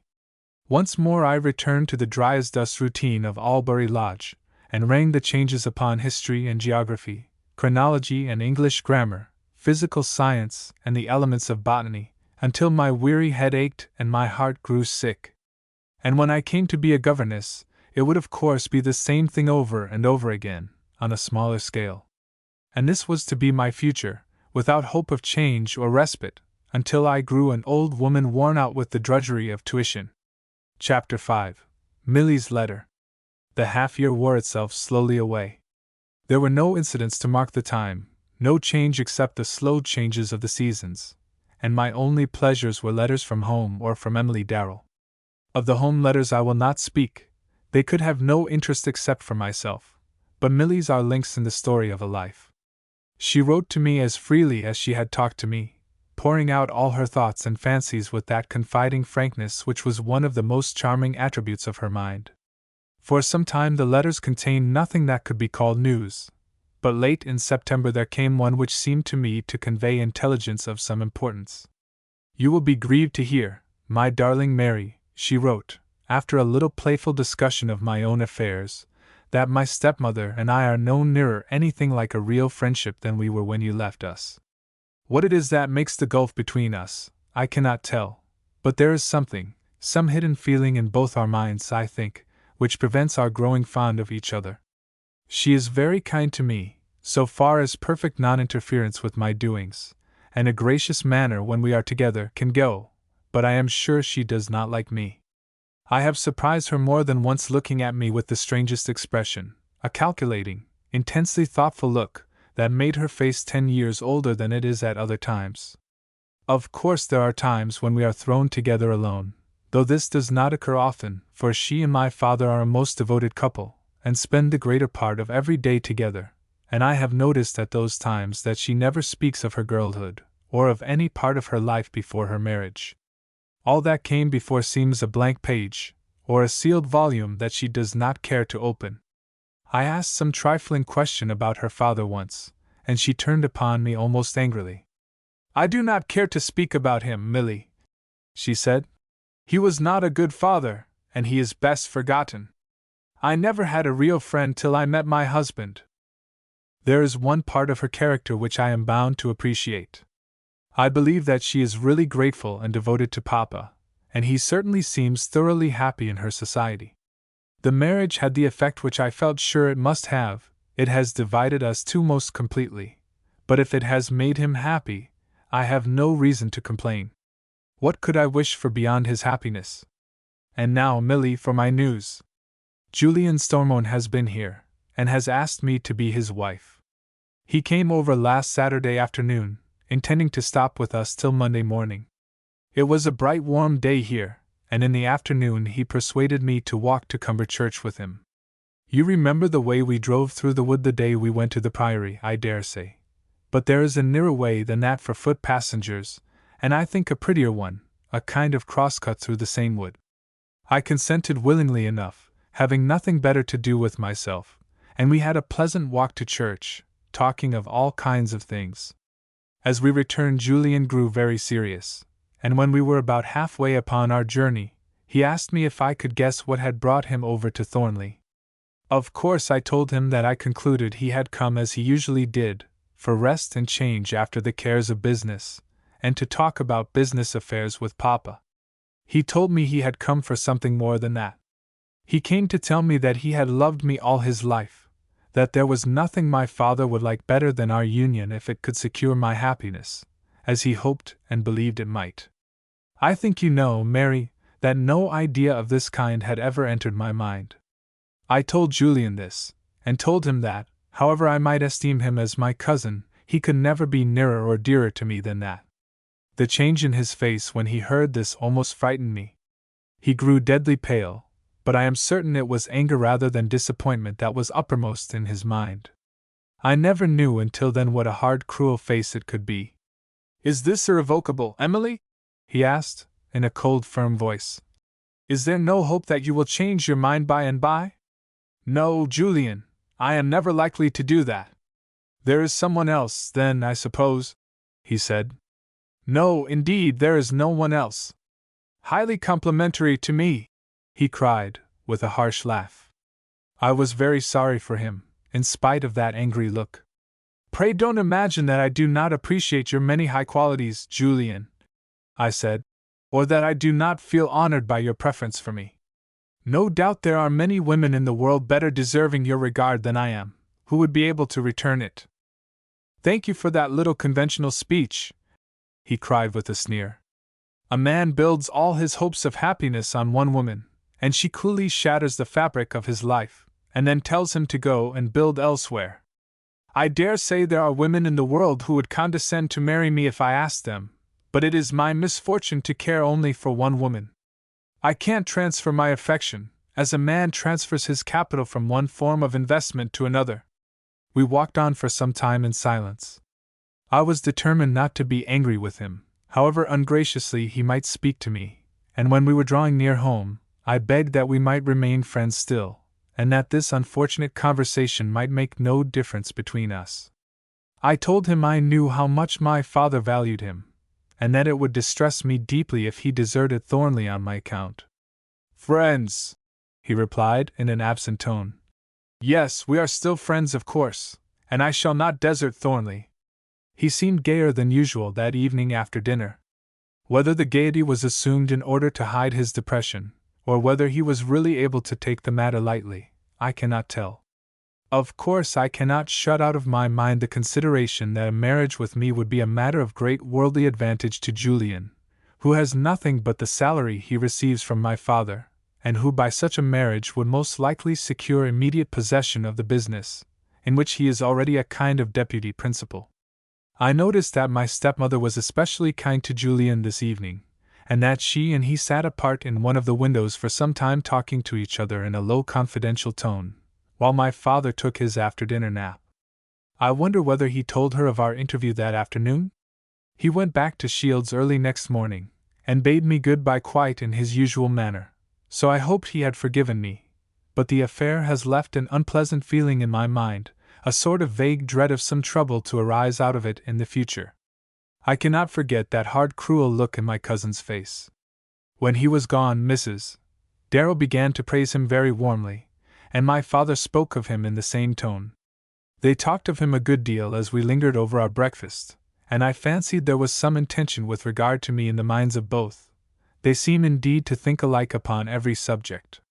Dearly as I love my father, this is a point upon which even his influence could not affect me. I might be weak and yielding upon every other question, never upon this. And now let me tell you about my friend Peter, Rebecca Thatcher's half-witted grandson.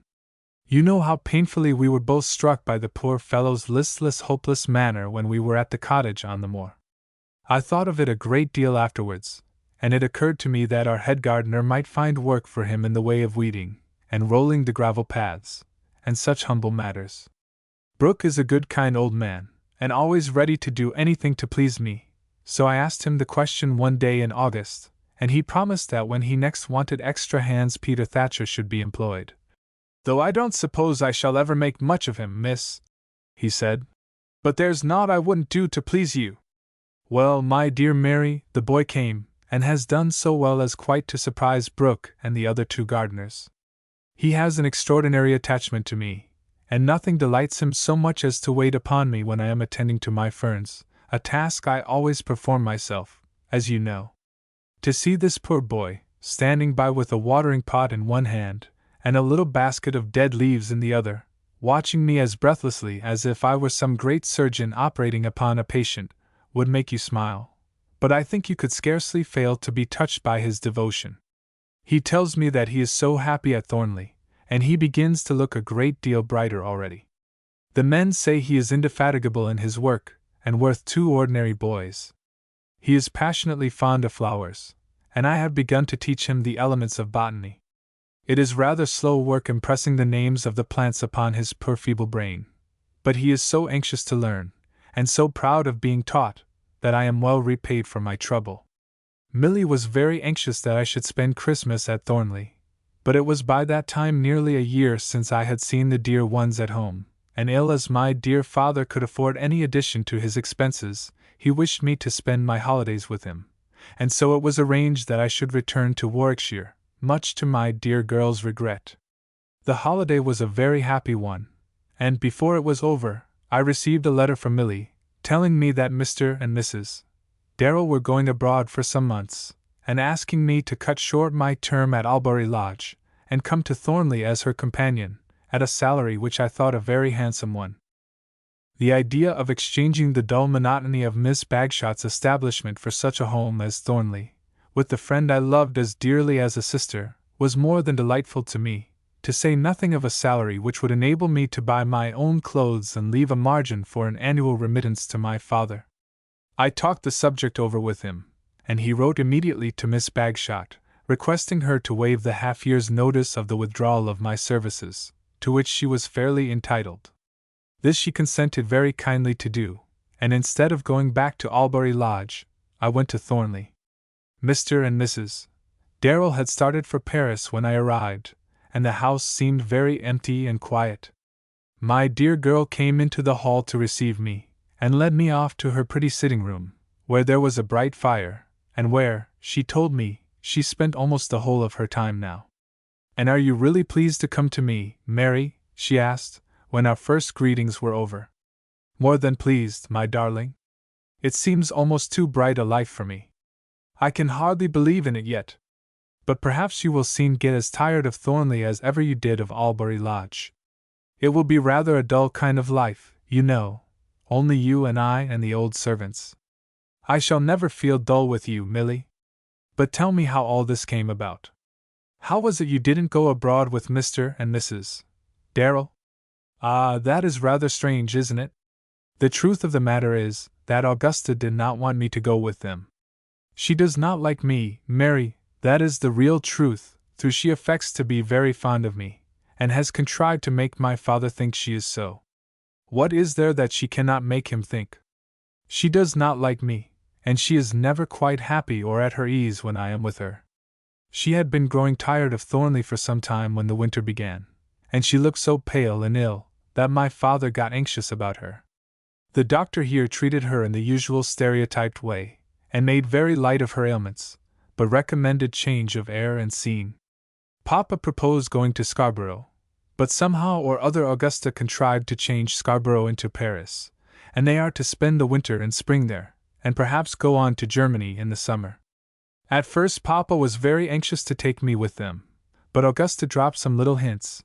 It would interrupt my studies, and unsettle me, and so on. You know I am rather proud, Mary, so you can imagine I was not slow to understand her. I said I would much prefer to stay at Thornley, and proposed immediately that you should come to me and be my companion, and help me on with my studies. My dearest, how good of you to wish that! It was not at all good. I think you are the only person in the world who really cares for me, now that I have lost Papa, for I have lost him, you see, Mary, that becomes more obvious every day. Well, dear, I had a hard battle to fight. Mrs.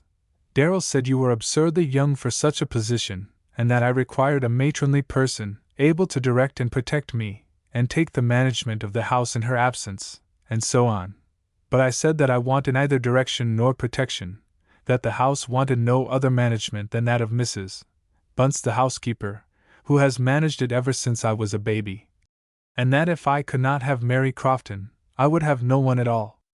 I told Papa what an indefatigable darling you were, and how conscientiously you would perform anything you promised to do. So, after a good deal of discussion, the matter was settled, and here we are, with the house all to ourselves, and the prospect of being alone together for 6 months to come. I asked her if she had seen much of Mr. Stormont since that memorable Sunday afternoon. He has been here twice, she said, for his usual short visit from Saturday afternoon till Monday morning, and he has treated me just as if that uncomfortable interview had never taken place. We were very happy together in the great lonely house, amongst old servants, who seemed to take a pleasure in waiting on us. We spent our mornings and evenings in Milly's sitting-room, and took our meals in a snug, prettily furnished breakfast-room on the ground floor. We read together a great deal, going through a systematic course of study of a very different kind from the dry labors at Albury Lodge. There was a fine old library at Thornley, and we read the masters of English and French prose together with unflagging interest and pleasure. Besides all this, Milly worked hard at her music, and still harder at her painting, which was a real delight to her. Mr. Collingwood, the rector, and his family, came to see us, and insisted on our visiting them frequently in a pleasant, unceremonious manner, and we had other invitations from Milly's old friends in the neighborhood of Thornley. There were carriages at our disposal, but we did not often use them. Milly preferred walking, and we used to take long rambles together whenever the weather was favorable, rambles across the moor, or far away over the hills, or deep into the wood between Thornley and Cumber. Chapter 6. A New Acquaintance. It was shortly after my arrival at Thornley that I first saw the man whose story I had heard in the study at Cumber Priory. Milly and I had been together about a fortnight, and it was the end of January, cold, clear, bright weather, when we set out early one afternoon for a ramble in our favorite wood, Milly furnished with pencils and sketchbook, in order to jot down any striking effect of the gaunt leafless old trees. She had a hearty disregard of cold in her devotion to her art, and would sit down to sketch in the bitter January weather in spite of my entreaties. We stayed out longer than usual, and Milly had stopped once or twice to make a hasty sketch, when the sky grew suddenly dark, and big drops of rain began to fall slowly. These were speedily succeeded by a pelting storm of rain and hail, and we felt that we were caught, and must be drenched to the skin before we could get back to Thornley. The weather had been temptingly fine when we left home, and we had neither umbrellas nor any other kind of protection against the rain. "We had better scamper off as fast as we can," said Milly. "But we can't run 4 miles. Hadn't we better go on to Cumber, and wait in the village till the weather changes, or try to get some kind of conveyance there?" "Well, I suppose that would be best. There must be such a thing as a fly at Cumber, I should think, small as the place is. But it's nearly a mile from here to the village." "Anything seems better than going back through the wood in such a weather," I said. We were close to the outskirts of the wood at this time, and within a very short distance of the priory gates. While we were still pausing in an undecided way, with the rain pelting down upon us, a figure came towards us from among the leafless trees, the figure of a man, a gentleman, as we could see by his dress and bearing, and a stranger. We had never met any one but country people, farm laborers, and so on, in the wood before, and were a little startled by his apparition. He came up to us quickly, lifting his hat as he approached us. "Caught in the storm, ladies," he said, "and without umbrellas, I see, too. Have you far to go?" "Yes, we have to go as far as Thornley," Milly answered. "Quite impossible in such weather. Will you come into the priory and wait till the storm is over?" "The priory! To be sure," cried Milly. "I never thought of that. I know the housekeeper very well, and I am sure she would let us stop there." We walked towards the priory gates, the stranger accompanying us. I had no opportunity of looking at him under that pelting rain, but I was wondering all the time who he was, and how he came to speak of Cumber Priory in that familiar tone. One of the gates stood open, and we went in. "A desolate-looking place, isn't it?" said the stranger. "Dismal enough, without the embellishment of such weather as this." He led the way to the hall door, and opened it unceremoniously, standing aside for us to pass in before him. There was a fire burning in the wide old-fashioned fireplace, and the place had an air of occupation that was new to it. "I'll send for Mrs. Mills, and she shall take your wet shawls away to be dried," said the stranger, ringing a bell, and I think we both began to understand by this time that he must be the master of the house. "You are very kind," Milly answered, taking off her dripping shawl. "I did not know that the priory was occupied except by the old servants. I fear you must have thought me very impertinent just now when I talked so coolly of taking shelter here. I am only too glad that you should find refuge in the old place." He wheeled a couple of ponderous carved oak chairs close to the hearth, and begged us to sit there, but Milly preferred standing in the noble old Gothic window looking out at the rain. "They will be getting anxious about us at home," she said, "if we are not back before dark. I wish I possessed a close carriage to place at your service. I do, indeed, boast of the ownership of a dog-cart, if you would not be afraid of driving in such a barbarous vehicle when the rain is over. It would keep you out of the mud, at any rate." Milly laughed gaily. "I have been brought up in the country," she said, "and am not at all afraid of driving in a dog-cart. I used often to go out with Papa in his, before he married. Then, when the storm is over, I shall have the pleasure of driving you to Thornley, if you will permit me that honor. Milly looked a little perplexed at this, and made some excuse about not wishing to cause so much trouble. I really think we could walk home very well, don't you, Mary? She said, and I declared myself quite equal to the walk. It would be impossible for you to get back to Thornley before dark, the gentleman remonstrated. I shall be quite offended if you refuse the use of my dog-cart, and insist on getting wet feet. I dare say your feet are wet as it is, by the by. We assured him of the thickness of our boots, and gave our shawls to Mrs. Mills, the old housekeeper, who carried them off to be dried in the kitchen, and promised to convey the order about the dog-cart to the stables immediately. I had time now to look at our new acquaintance, who was standing with his shoulders against one angle of the high oak mantelpiece, watching the rain beating against the window opposite to him. I had no difficulty in recognizing the original of that portrait which Augusta Darrell had looked at so strangely. He was much older than when the portrait had been taken, 10 years at the least, I thought. In the picture he looked little more than 20, and I should have guessed him now to be on the wrong side of 30. He was handsome still, but the dark, powerful face had a sort of rugged look, the heavy eyebrows overshadowed the somber black eyes, a thick, fierce-looking mustache shrouded the mouth, but could not quite conceal an expression, half cynical, half melancholy, that lurked about the lowered corners of the full, firm lips. He looked like a man whose past life held some sad or sinful history.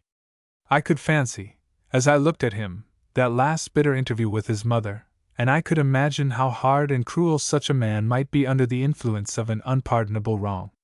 Like Mrs. Darrell, I was inclined to place myself on the side of the unfortunate lovers, rather than on that of the mother, who had been willing to sacrifice her son's happiness to her pride of race. We all three remained silent for some little time, Milly and I standing together in the window, Mr. Edgerton leaning against the mantelpiece, watching the rain with an absent look in his face. He roused himself at last, as if with an effort, and came over to the window by which we stood. "It looks rather hopeless at present," he said, "but I shall spin you over to Thornley in no time, so you mustn't be anxious. It is at Thornley Manor you live, is it not?" "Yes," Milly answered. "My name is Darrell, and this young lady is Miss Crofton, my very dear friend." He bowed in recognition of this introduction. "I thought as much, I mean as to your name being Darrell. I had the honor to know Mr. Darrell very well when I was a lad, and I have a vague recollection of a small child in white frock, who, I think, must have been yourself. I have only been home a week, or I should have done myself the pleasure of calling on your father." "Papa is in Paris," Milly answered, "with my stepmother." "Ah, he has married again, I hear. One of the many changes that have come to pass since I was last in Yorkshire. Have you returned for good, Mr. Edgerton?" "For good, or for evil, who knows?" he answered, with a careless laugh. "As to whether I stay here so many weeks or so many years, that is a matter of supreme uncertainty. I never am in the same mind very long together. But I am heartily sick of knocking about abroad, and I cannot possibly find life emptier or duller here than I have found it in places that people call gay." "I can't fancy any one growing tired of such a place as the Priory," said Milly. "Stone walls do not a prison make, nor iron bars a cage. 'Tis in ourselves that we are thus or thus. Cannot you fancy a man getting utterly tired of himself and his own thoughts, knowing himself by heart, and finding the lesson a dreary one? Perhaps not. A girl's life seems all brightness. What should such happy young creatures know of that arid waste of years that lies beyond a man's 30th birthday, when his youth has not been a fortunate one? Ah, there is a break in the sky yonder. The rain will be over presently." The rain did cease, as he had prophesied. The dog-cart was brought round to the door by a clumsy-looking man in corduroy, who seemed half groom, half gardener, and Mr. Edgerton drove us home, Milly sitting next him, I at the back. His horse was a very good one, and the drive only lasted a quarter of an hour, during which time our new acquaintance talked very pleasantly to both of us. I could not forget that Mr. Darrell had called him a bad man, but in spite of that sweeping condemnation I could not bring myself to think of him without a certain interest. Of course, Milly and I discussed Mr. Edgerton as we sat over our snug little tete-a-tete dinner, and we were both inclined to speak of his blighted life in a pitying kind of way, and to blame his mother's conduct, little as we knew of the details of the story. Our existences were so quiet that this little incident made quite an event, and we were apt to date things from that afternoon for some time afterwards. Chapter 7. A Little Matchmaking. We heard nothing of Mr. Edgerton for about 3 weeks, at the end of which time we were invited to dine at the rectory. The first person we saw on going into the long, low, old-fashioned drawing-room was the master of Cumber Priory, leaning against the mantelpiece in his favorite attitude. The rector was not in the room when we arrived, and Angus Edgerton was talking to Mrs. Collingwood, who sat in a low chair near the fire. "Mr. Edgerton has been telling me about your adventure in the wood, Milly," Mrs. Collingwood said, as she rose to receive us. "I hope it will be a warning to you to be more careful in future. I think that Cumber Wood is altogether too dangerous a place for 2 young ladies like you and Miss Crofton." "The safest place in the world," cried Angus Edgerton. "I shall always be at hand to come to the ladies' assistance, and shall pray for the timely appearance of an infuriated bull, in order that I may distinguish myself by something novel in the way of a rescue. I hear that you are a very charming artist, Miss Darrell, and that you have done some of our oaks and beeches the honor to immortalize them. There is no need for me to record all the airy, empty talk of that evening. It was a very pleasant evening. Angus Edgerton had received his first lessons in the classics from the kind old rector, and had been almost a son of the house in the past, the girls told me. He had resumed his old place upon his return, and seemed really fond of these friends, whom he had found ready to welcome him warmly in spite of all rumors to his disadvantage that had floated to Thornley during the years of his absence. He was very clever, and seemed to have been everywhere, and to have seen everything worth seeing that the world contained. He had read a great deal too, in spite of his wandering life, and the fruit of his reading cropped up pleasantly now and then in his conversation. There were no other guests, except an old country squire, who talked of nothing but his farming. Milly sat next Angus Edgerton, and from my place on the other side of the table I could see how much she was interested in his talk. He did not stop long in the dining-room after we had left, but joined us as we sat round the fire in the drawing-room, talking over the poor people with Mrs. Collingwood and her 2 daughters, who were great authorities upon the question, and held a Dorcas Society once a week, of which Milly and I were members. There was the usual music, a little playing and a little singing from the younger ladies of the company, myself included. Milly sang an English ballad very sweetly, and Angus Edgerton stood by the piano looking down at her while she sang. Did he fall in love with her upon this first happy evening that those 2 spent together? I cannot tell, but it is certain that after that evening he seemed to haunt us in our walks, and go where we would, we were always meeting him, in company with a Scottish deerhound called Nestor, of which Milly became very fond. When we met in this half-accidental way he used to join us in our walk for a mile or 2, very often bearing us company till we were within a few paces of Thornley. These meetings, utterly accidental as they always were on our side, were a source of some perplexity to me. I was not quite certain whether I was right in sanctioning so close an acquaintance between Emily Darrell and the master of Cumber Priory. I knew that her father thought badly of him. Yet what could I do? I was not old enough to pretend to any authority over my darling, nor had her father invested me with any, and I knew that her noble nature was worthy of all confidence. Beyond this, I liked Angus Edgerton, and was inclined to trust him. So the time slipped away very pleasantly for all of us, and the friendship among us all 3 became closer day by day. We met Mr. Edgerton very often at the rectory, and sometimes at other houses where we visited. He was much liked by the Thornley people, who had, most of them, known him in his boyhood, and it was considered by his old friends that, whatever his career abroad might have been, he had begun, and was steadily pursuing, a reformed course of life.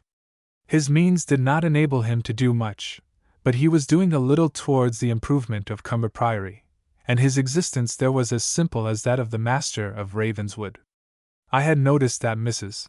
Collingwood did all in her power to encourage the friendship between Milly and Mr. Edgerton, and one day in the spring, after they had met a great many times at her house, she spoke to me of her hopes quite openly. It was a bright afternoon, and we were all strolling in the garden, after a game of croquet, the rector's wife and I side by side, Milly and Angus a little way in front of us. "I think she likes him, Mrs. Collingwood said thoughtfully. "Everybody seems to like Mr. Edgerton," I answered. "Oh yes, I know that, but I mean something more than the ordinary liking. I am so anxious that he should marry, and marry wisely. I think I am almost as fond of him as if he were my son, and I should be so pleased if I could be the means of bringing about a match between them. Milly is just the girl to make a man happy, and her fortune would restore Cumber Priory to all its old glory." Her fortune! The word jarred upon me. Was it her money, after all, that Angus Edgerton was thinking of when he took such pains to pursue my darling? "I should be sorry for her to marry any one who cared for her money," I said. "Of course, my dear Miss Crofton, and so should I be sorry to see her throw herself away upon any one with whom her money was a paramount consideration. But one cannot put these things quite out of the question. I know that Angus admired her very much the first day he saw her, and I fancy his admiration has grown into a warmer feeling since then. He has said nothing to me upon the subject, nor I to him, for you know how silent he always is about himself. But I cannot help wishing that such a thing might come to pass. He has one of the best names in the North Riding, and a first-rate position as the owner of Cumber Priory. He only wants money." I was too young and inexperienced to take a worldly view of things, and from this moment felt disposed to distrust Mr. Edgerton. I remembered the story of his early attachment, and told myself that a man who had loved once like that had in all probability worn out his powers of loving. "I don't think Mr. Darrell would approve of, or even permit, such a marriage," I said presently. "I know he has a very bad opinion of Mr. Edgerton." "On what account?" "On account of his conduct to his mother." "No one knows the secret of that affair except Angus himself," answered Mrs. Collingwood. "I don't think anyone has a right to think badly of him upon that ground." I knew Mrs. Edgerton very well. She was a proud, hard woman, capable of almost anything in order to accomplish any set purpose of her own. Up to the time when he went to Oxford, Angus had been an excellent son. Was it at Oxford he met the girl he wanted to marry? No, it was somewhere in the west of England, where he went on a walking tour during the long vacation.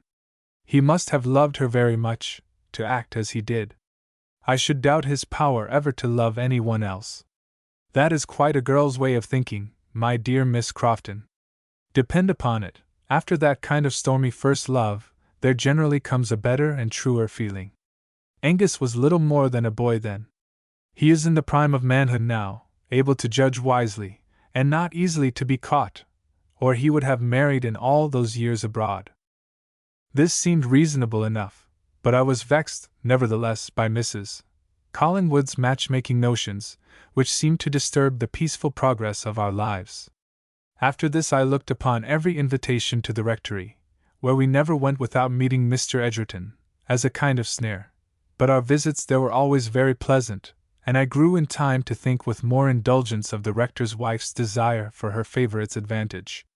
In all this time Angus Edgerton had in no manner betrayed the state of his feelings. If he met us in our walks oftener than seemed possible by mere chance, there was nothing strictly lover-like in his tone or conduct.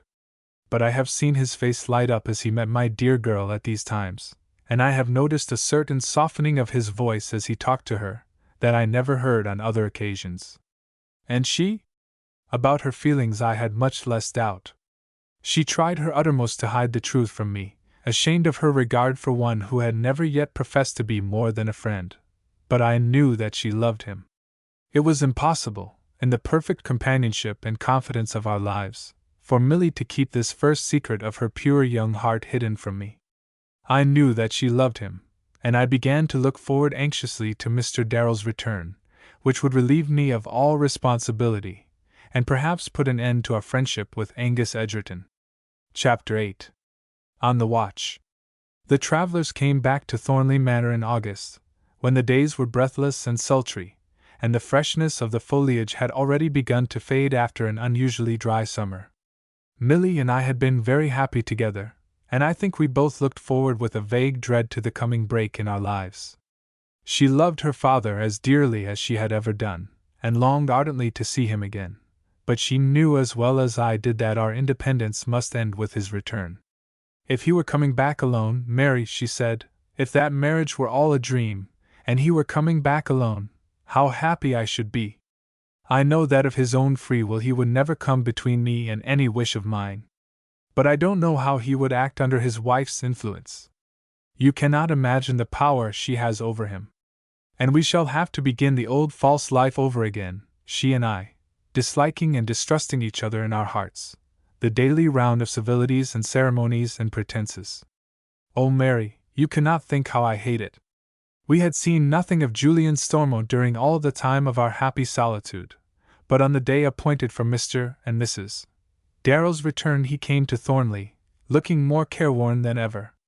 I pitied him a little, knowing the state of his feelings about Milly, believing indeed that he loved her with a rare intensity, and being inclined to attribute the change in him to his disappointment upon this subject. Milly told him how ill he was looking, and he said something about hard work and late hours, with a little bitter laugh. It doesn't matter to anyone whether I am well or ill, you see, Milly, he said. What would anyone care if I were to drop over the side of the quay some dark night, on my way from the office to my lodgings, after a hard day's work, and never be seen alive again? How wicked it is of you to talk like that, Julian. There are plenty of people who would care, Papa, to begin with.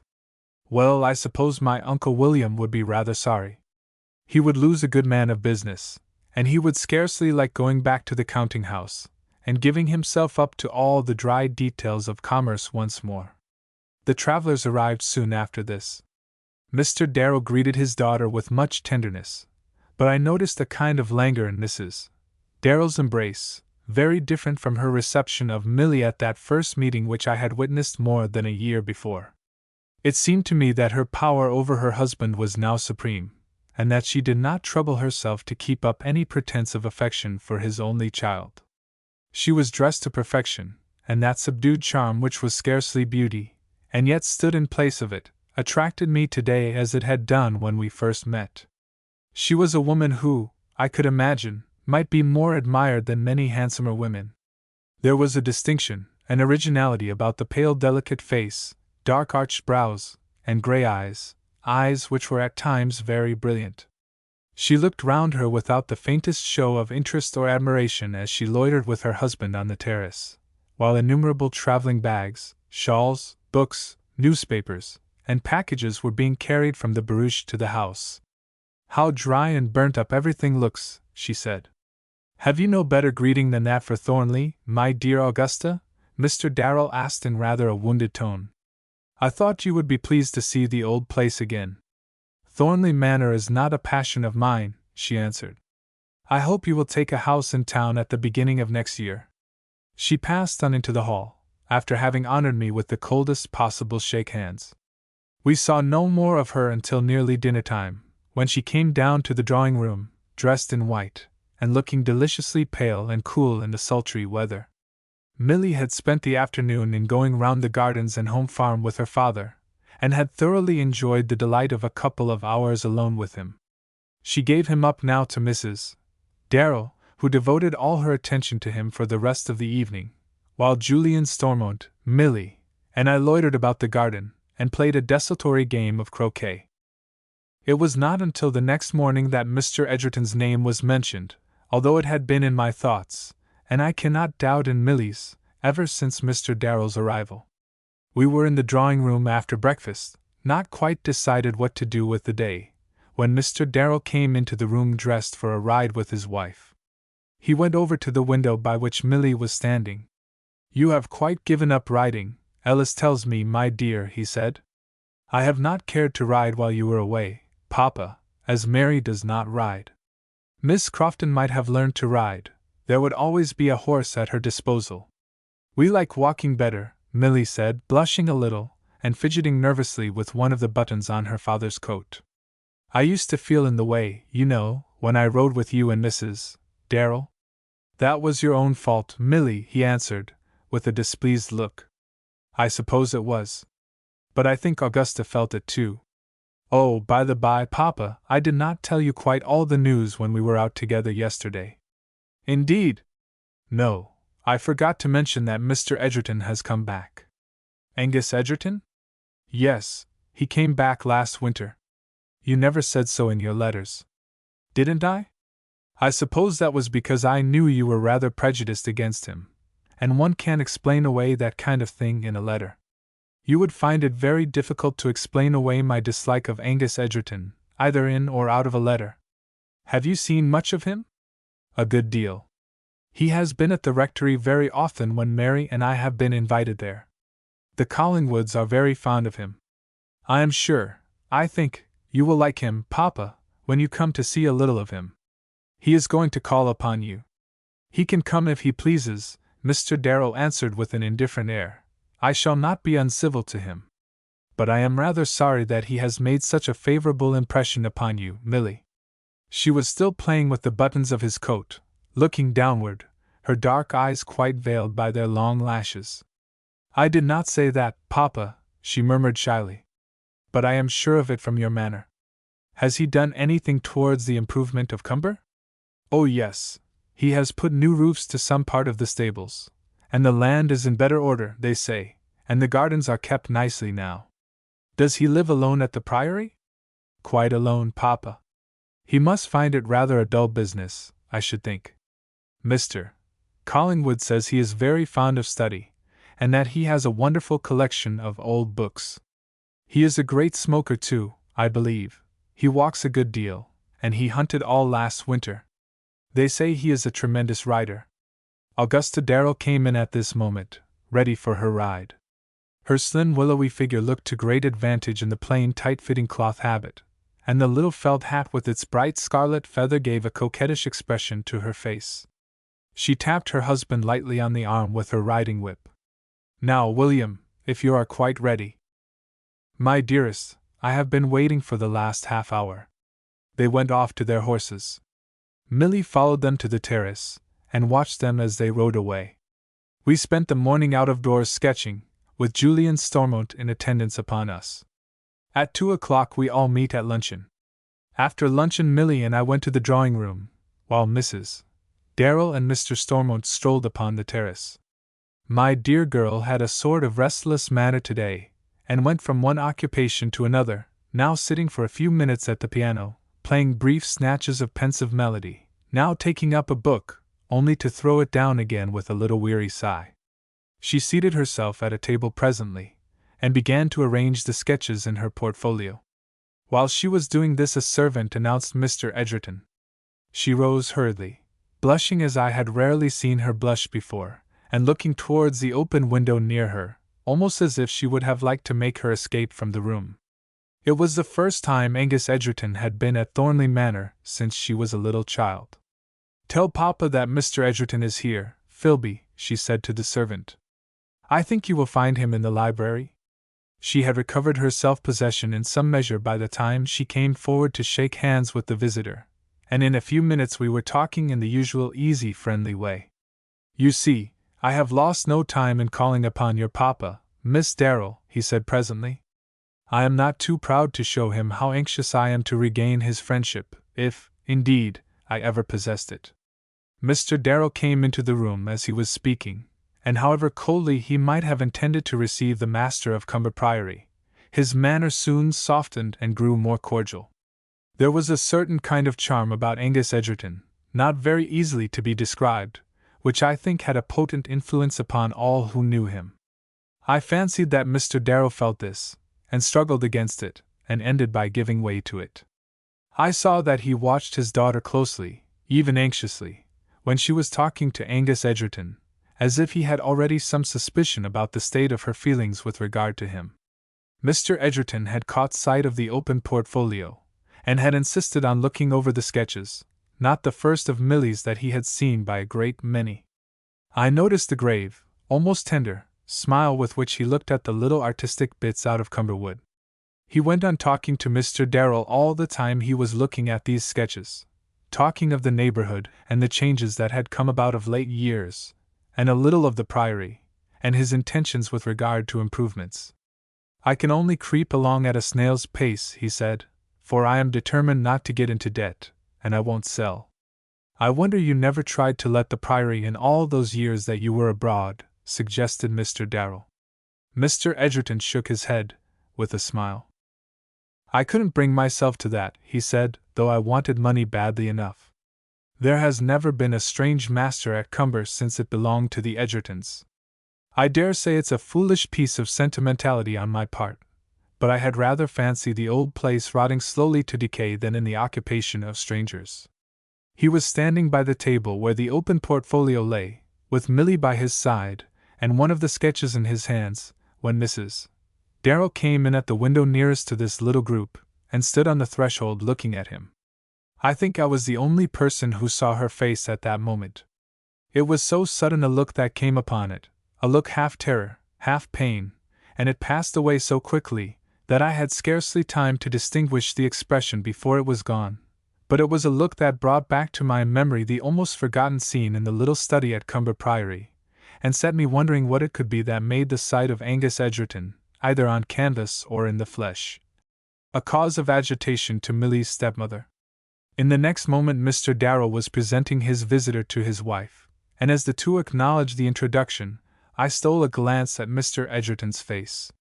It was paler than usual, and the expression of Mrs. Darrell's countenance seemed in a manner reflected in it. It was not possible that such looks could be without some significance.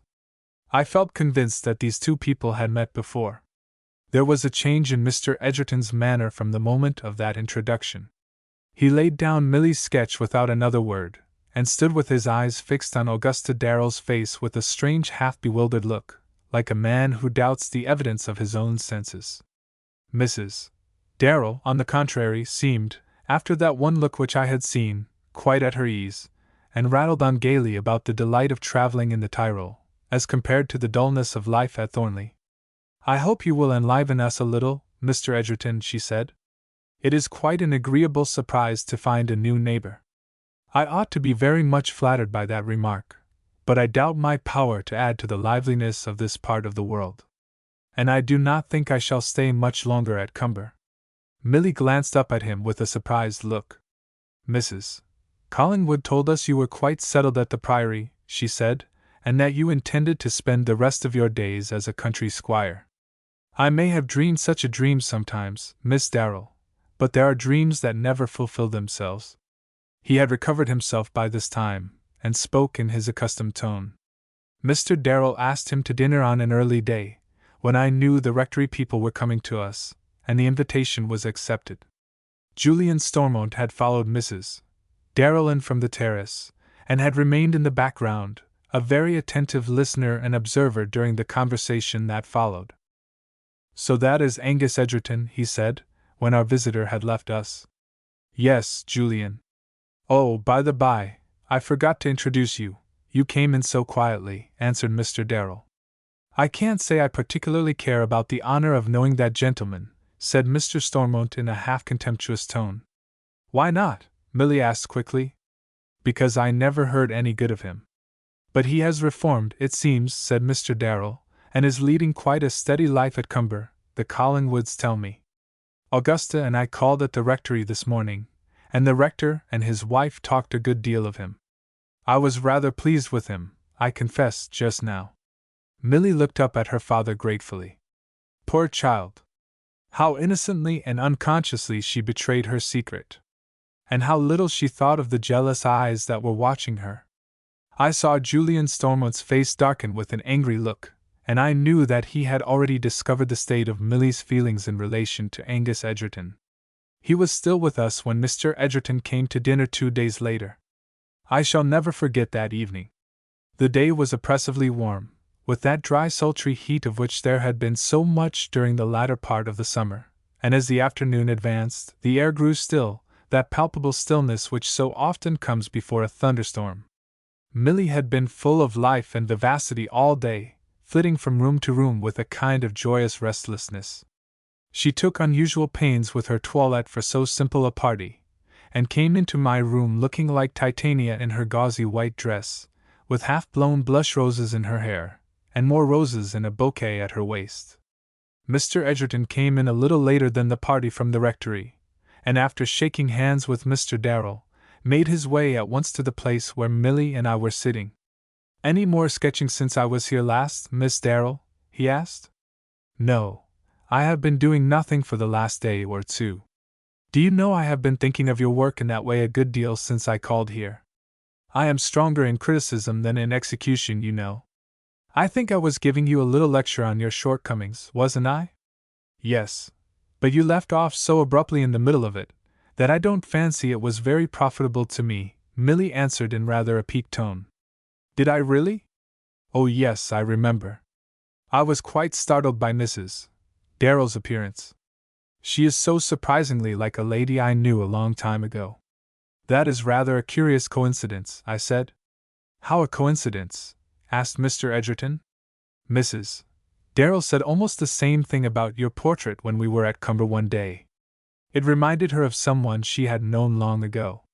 "What an excellent memory you have for small events, Miss Crofton," said a voice close behind me. It was Mrs. Darrell's. She had come across the room towards us, unobserved by me, at any rate. Whether Angus Edgerton had seen her or not, I do not know. He rose to shake hands with her, and then went on talking about Milly's sketching. Mr. Collingwood took Mrs.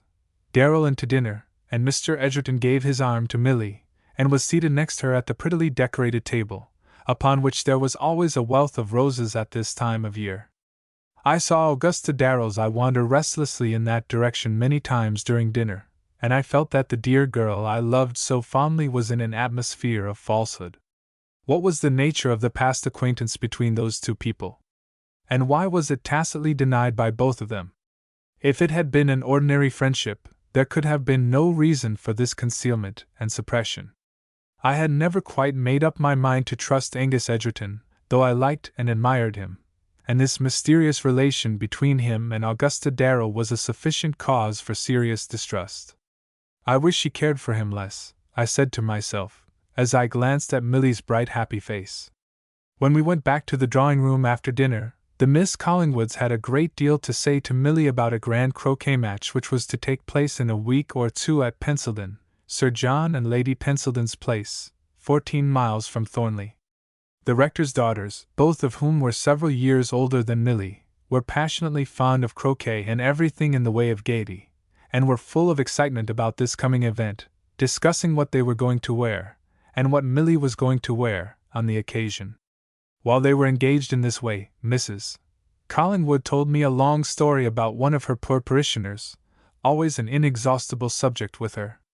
This arrangement left Mrs. Darrell unoccupied, and after standing at one of the open windows looking listlessly out, she sauntered out upon the terrace, her favorite lounge always in this summer weather. I saw her repass the windows a few minutes afterwards, in earnest conversation with Angus Edgerton.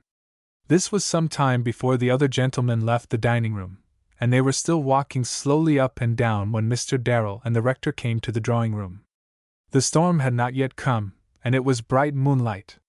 Mr. Darrell went out and brought his wife in, with some gentle reproof on her imprudence in remaining out of doors so late in her thin muslin dress. After this there came some music. Augusta Darrell sang some old English ballads which I had never heard her sing before, simple pathetic melodies, which, I think, brought tears to the eyes of all of us. Mr. Edgerton sat near one of the open windows, with his face in shadow, while she was singing, and as she began the last of these old songs he rose with a half-impatient gesture, and went out upon the terrace. If I watched him closely, and others in relation to him, at this time, it was from no frivolous or impertinent curiosity, but because I felt very certain that my darling's happiness was at stake. I saw her little disappointed look when he remained at the farther end of the room, talking to the gentleman, all the rest of that evening, instead of contriving by some means to be near her, as he always had done during our pleasant evenings at the rectory. Chapter 9. Angus Edgerton is rejected. The expected storm came next day, and Milly and I were caught in it. We had gone for a ramble across the moor, and were luckily within a short distance of Rebecca Thatcher's cottage when the first vivid flash broke through the leaden clouds, and the first long peal of thunder came crashing over the open landscape. We set off for Mrs. Thatcher's habitation at a run, and arrived there breathless. The herbalist was not alone. A tall, dark figure stood between us and the little window as we went in, blotting out all the light. Milly gave a faint cry of surprise, and as the figure turned towards us I recognized Mr. Edgerton. In all our visits among the poor we had never met him before. "Caught again, young ladies," he cried, laughing. "You've neither of you grown weatherwise yet, I see. Luckily you're under cover before the rain has begun. I think we shall have it pretty heavy presently. How surprised you look to see me here, Miss Darrell. Becky is a very old friend of mine. I remember her ever since I can remember anything. She was in my grandfather's service once upon a time." "That I was, Mr. Edgerton, and there's nothing I wouldn't do for you and yours, for you at least, for there's none but you left now. But I suppose you'll be getting married one of these days. You're not going to let the old name of Edgerton die out?" Angus Edgerton shook his head with a slow, sad gesture. "I am too poor to marry Mrs. Thatcher," he said. "What could I offer a wife but a gloomy old house, and a perpetual struggle to make hundreds do the work of thousands? I am too proud to ask the woman I love to sacrifice her future to me." "Cumber Priory is good enough for any woman that ever lived," answered Rebecca Thatcher. "You don't mean what you say, Mr. Edgerton. You know that the name you bear is counted better than money in these parts." He laughed, and changed the conversation. "I heard you young ladies talking a great deal of the Pensilden fate last night," he said. "Did you really?" asked Milly. "You did not appear to be much interested in our conversation. Did I seem distrait? It is a way I have sometimes, Miss Darrell, but I can assure you I can hear 2 or 3 conversations at once. I think I heard all that you and the Miss Collingwoods were saying." "You are going to Lady Pensilden's on the 31st, I suppose?" Milly said. "I think not. I think of going abroad for the autumn.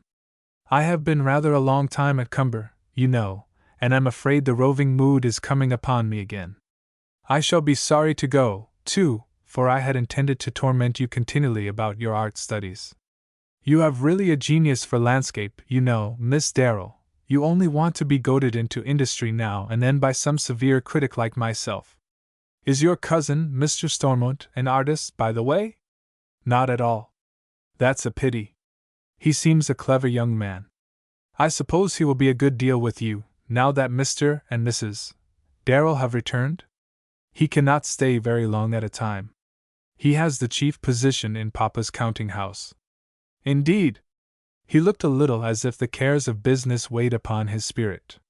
He glanced rather curiously at Milly while he was speaking of Mr. Stormont.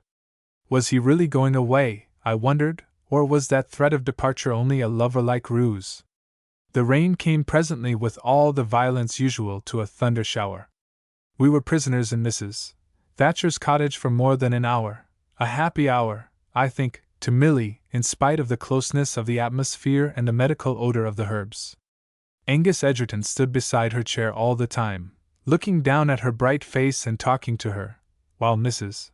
Thatcher mumbled a long catalogue of her ailments and troubles into my somewhat inattentive ear. Once while those two were talking about his intended departure I heard Mr. Edgerton say, "If I thought anyone cared about my staying, if I could believe that anyone would miss me ever so little, I should be in no hurry to leave Yorkshire." Of course Milly told him that there were many people who would miss him, Mr. Collingwood for instance, and all the family at the rectory. He bent over her, and said something in a very low voice, something that brought vivid blushes to her face, and a few minutes afterwards they went to the door to look at the weather, and stood there talking till I had heard the last of Mrs. Thatcher's woes, and was free to join them. I had never seen Milly look so lovely as she did just then, with her downcast eyes, and a little tremulous smile upon her perfect mouth. Mr. Edgerton walked all the way home with us. The storm was quite over, the sun shining, and the air full of that cool freshness which comes after rain. We talked of all kinds of things. Mr. Edgerton had almost made up his mind to spend the autumn at Cumber, he told us, and he would go to the Pensilden fete, and take Milly's side in the croquet match. He seemed in almost boyish spirits during that homeward walk. When we went upstairs to our rooms that night, Milly followed me into mine. There was nothing new in this. We often wasted half an hour in happy idle talk before going to bed, but I was sure from my darling's manner she had something to tell me. She went over to an open window, and stood there with her face turned away from me, looking out across the distant moonlit sea. Mary, she said, after a very long pause, do you think people are intended to be quite happy in this world? My dear love, how can I answer such a question as that? I think that many people have their lives in their own hands, and that it rests with themselves to find happiness. And there are many natures that are elevated and purified by sorrow. I cannot tell what is best for us, dear. I cannot pretend to guess what this life was meant to be. There is something in perfect happiness that frightens one, Mary. It seems as if it could not last. If it could, if I dared believe in it, I should think that my life was going to be quite happy. Why should it be otherwise, my dear Milly? I don't think you have ever known much sorrow. Not since my mother died, and I was only a child then, but that old pain has never quite gone out of my heart, and Papa's marriage has been a greater grief to me than you would believe, Mary. This house has never seemed to be really my home since then. No, dear, it is a new life that is dawning for me, and oh, such a bright one. She put her arms round my neck, and hid her face upon my shoulder. Can you guess what Angus Edgerton said to me today? She asked, in a low tremulous voice. Was it something very wonderful, dear, or something as old as the world we live in? Not old to me, Mary, new and wonderful beyond all measure.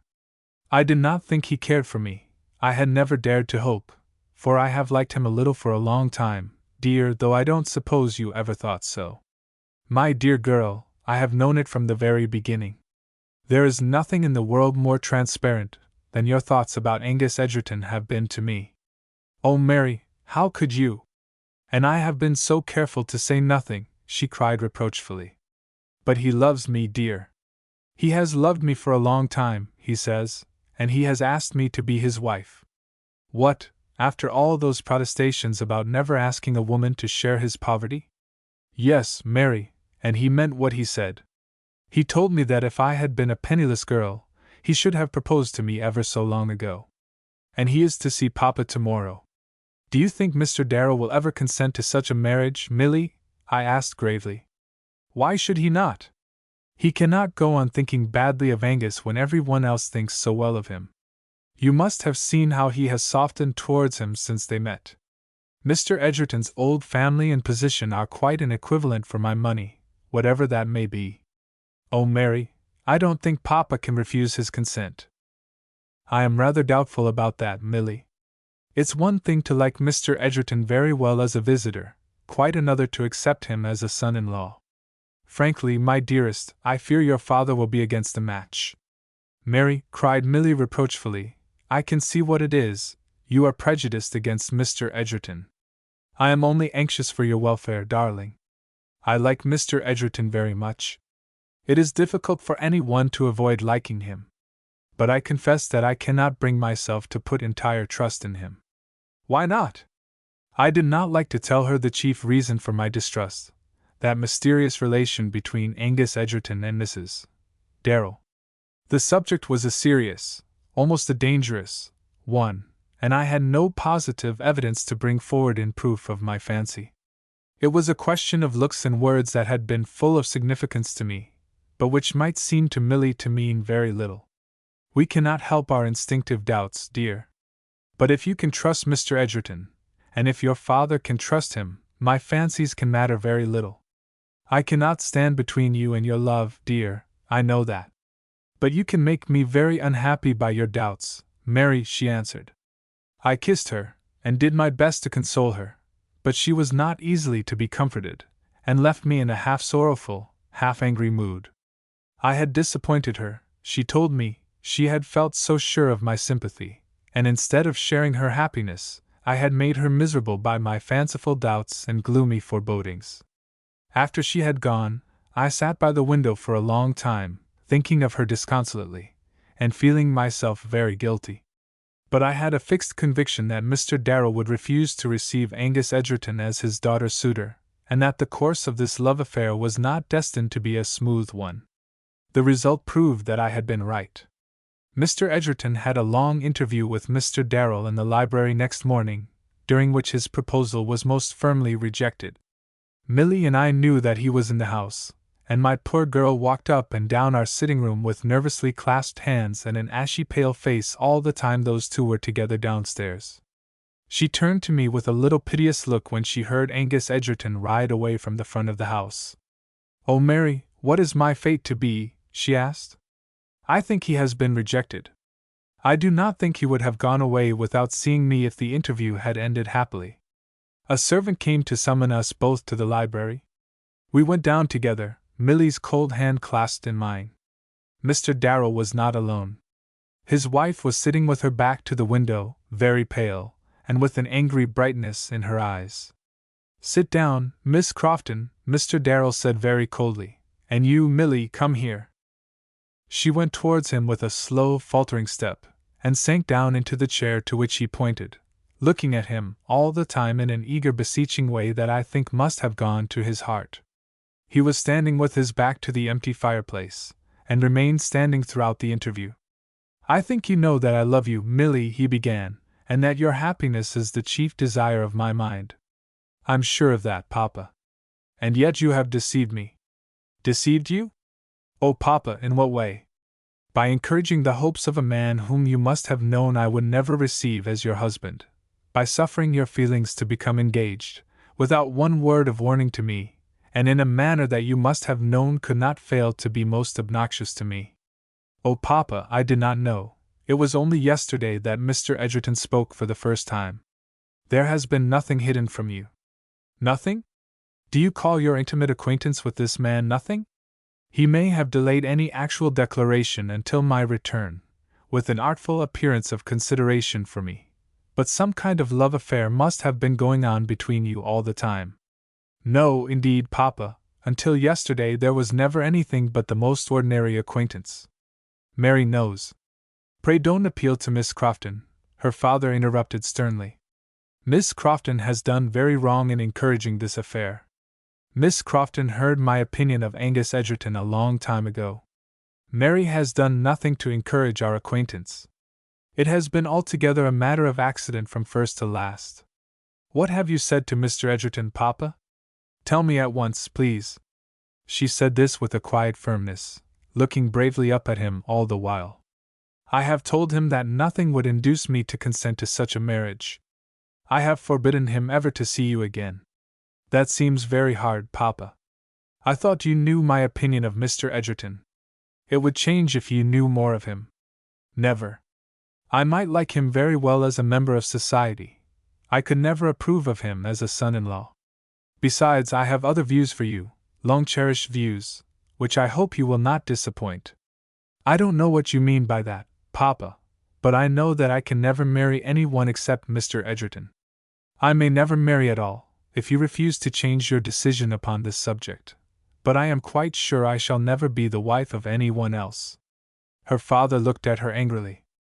That hard expression about the lower part of the face, which I had noticed in his portrait, and in himself from the very first, was intensified today. He looked a stern, resolute man, whose will was not to be moved by a daughter's pleading. "We shall see about that by and by," he said. "I am not going to have my plans defeated by a girl's folly. I have been a very indulgent father, but I am not a weak or yielding one. You will have to obey me, Milly, or you will find yourself a substantial sufferer by and by." "If you mean that you will disinherit me, Papa, I am quite willing that you should do that," Milly answered resolutely. "Perhaps you think Mr. Edgerton cares for my fortune. Put him to the test, Papa. Tell him that you will give me nothing, and that he may take me on that condition." Augusta Darrell turned upon her stepdaughter with a sudden look in her face that was almost like a flame. "Do you think him so disinterested?" she asked. "Have you such supreme confidence in his affection?" "Perfect confidence." "And you do not believe that mercenary considerations have any weight with him? You do not think that he is eager to repair his shattered fortunes? You think him all truth and devotion? He, a blasé man of the world, of 33, a man who has outlived the possibility of anything like a real attachment, a man who lavished his whole stock of feeling upon the one attachment of his youth. She said all this very quietly, but with a suppressed bitterness. I think it needed all her powers of restraint to keep her from some passionate outburst that would have betrayed the secret of her life. I was now more than ever convinced that she had known Angus Edgerton in the past, and that she had loved him. You see, I am not afraid of his being put to the test, Milly said proudly. I know he loved someone very dearly, a long time ago. He spoke of that yesterday. He told me that his old love had died out of his heart years ago. He told you a lie, cried Mrs. Darrell. Such things never die. They sleep, perhaps, like the creatures that hide themselves in the ground and lie torpid all the winter, but with one breath of the past they flame into life again. I am not going to make any such foolish trial of your lover's faith, Milly, said Mr. Darrell. Whether your fortune is or is not a paramount consideration with him can make no possible difference in my decision. Nothing will ever induce me to consent to your marrying him. Of course, if you choose to defy me, you are of age and your own mistress, but on the day that makes you Angus Edgerton's wife you will cease to be my daughter. Papa, cried Milly, you will break my heart. Nonsense, child. Hearts are not easily broken. Let me hear no more of this unfortunate business. I have spoken to you very plainly, in order that there might be no chance of misunderstanding between us, and I rely upon your honor that there shall be no clandestine meeting between you and Angus Edgerton in the future. I look to you, Miss Crofton, also, and shall hold you answerable for any accidental encounters out walking. You need not be afraid, Papa, Milly answered disconsolately. I dare say Mr. Edgerton will leave Yorkshire, as he spoke of doing yesterday. I hope he may, said Mr. Darrell. Milly rose to leave the room. Halfway towards the door she stopped, and turned her white, despairing face towards her father with a hopeless look. I shall obey you, Papa, she said. I could not bear to forfeit your love, even for his sake. But I think you will break my heart. Mr. Darrell went over to her and kissed her. I am acting best for your ultimate happiness, Milly, be sure of that, he said in a kinder tone than he had used before. There, my love, go and be happy with Miss Crofton, and let us all agree to forget this business as quickly as possible. This was our dismissal.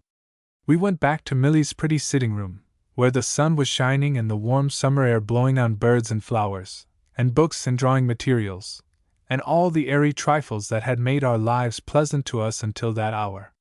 Milly sat on a low stool at my feet, and buried her face in my lap, refusing all comfort. She sat like this for about an hour, weeping silently, and then rose suddenly and wiped the tears from her pale face. I am not going to lead you a miserable life about this, Mary, she said. We will never speak of it after today.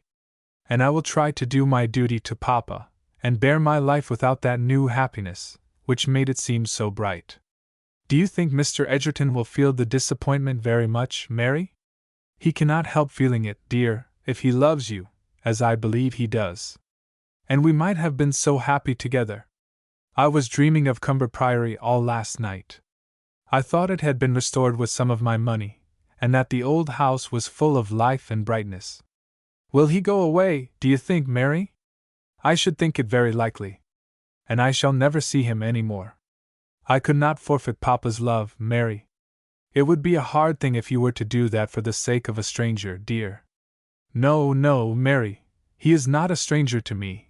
Angus Edgerton is not a stranger. I know that he is noble and good. But my father was all the world to me a year ago. I could not do without his love. I must obey him.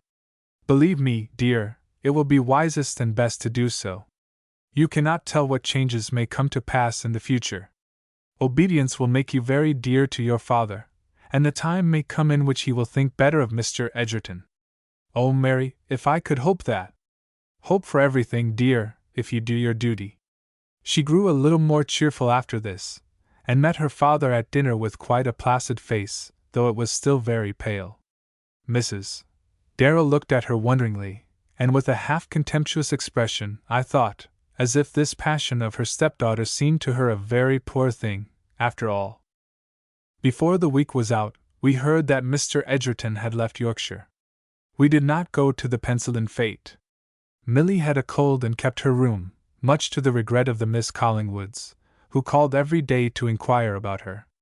She made this cold, which was really a very slight affair, an excuse for a week's solitude, and at the end of that time reappeared among us with no trace of her secret sorrow. It was only I, who was always with her, and knew her to the core of her heart, who could have told how hard a blow that disappointment had been, and how much it cost her to bear it so quietly. Chapter 10. Changes at Thornley. The autumn and the early winter passed monotonously enough. There was a good deal of company at Thornley Manor at first, for Mrs. Darrell hated solitude, but after a little time she grew tired of the people her husband knew, and the dinners and garden parties became less frequent. I had found out, very soon after her return, that she was not happy, that this easy, prosperous life was in some manner a burden to her. It was only in her husband's presence that she made any pretense of being pleased or interested in things.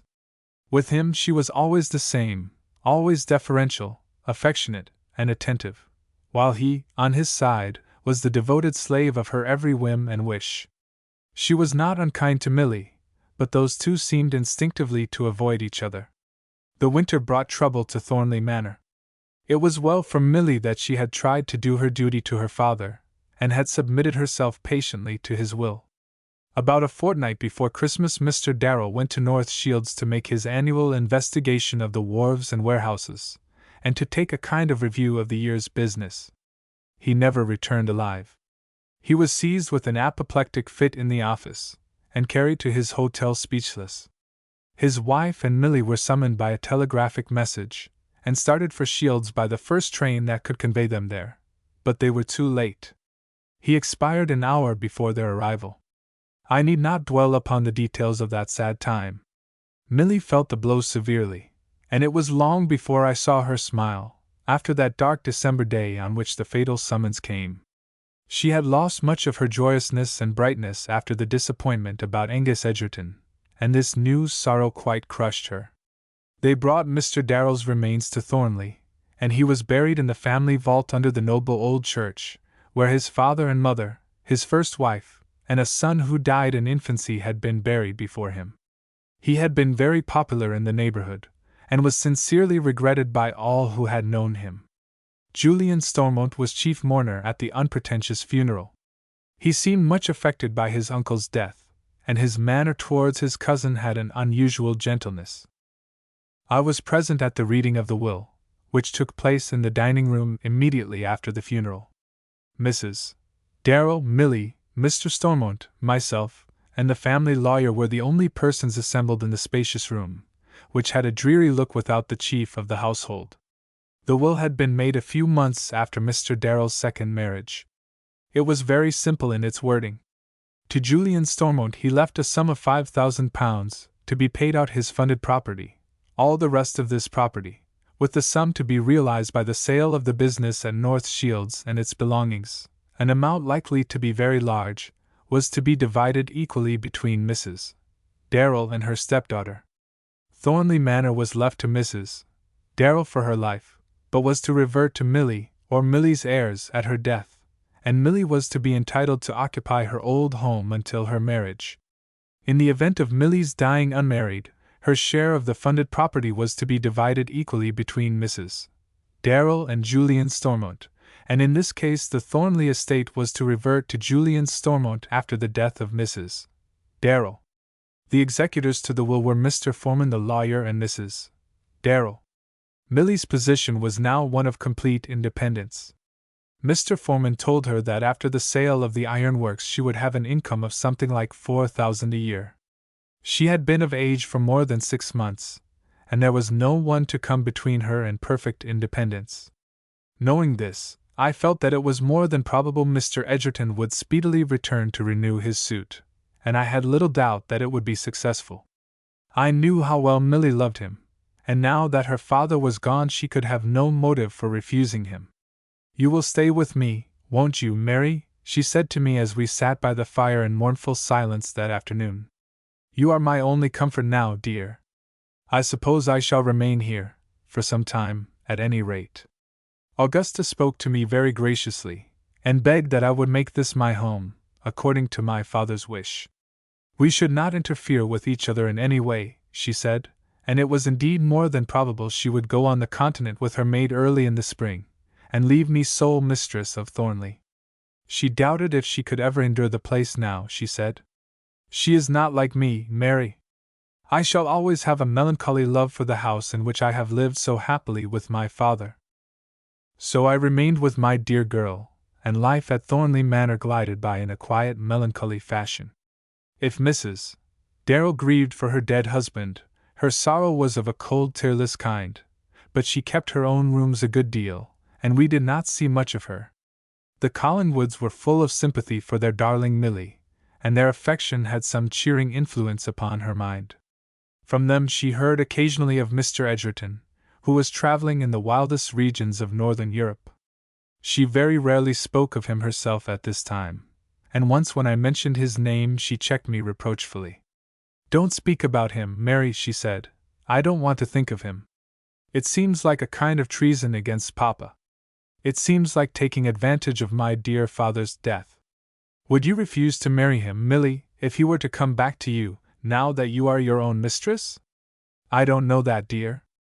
I think I love him too much to do that. And yet it would seem like a sin against my father."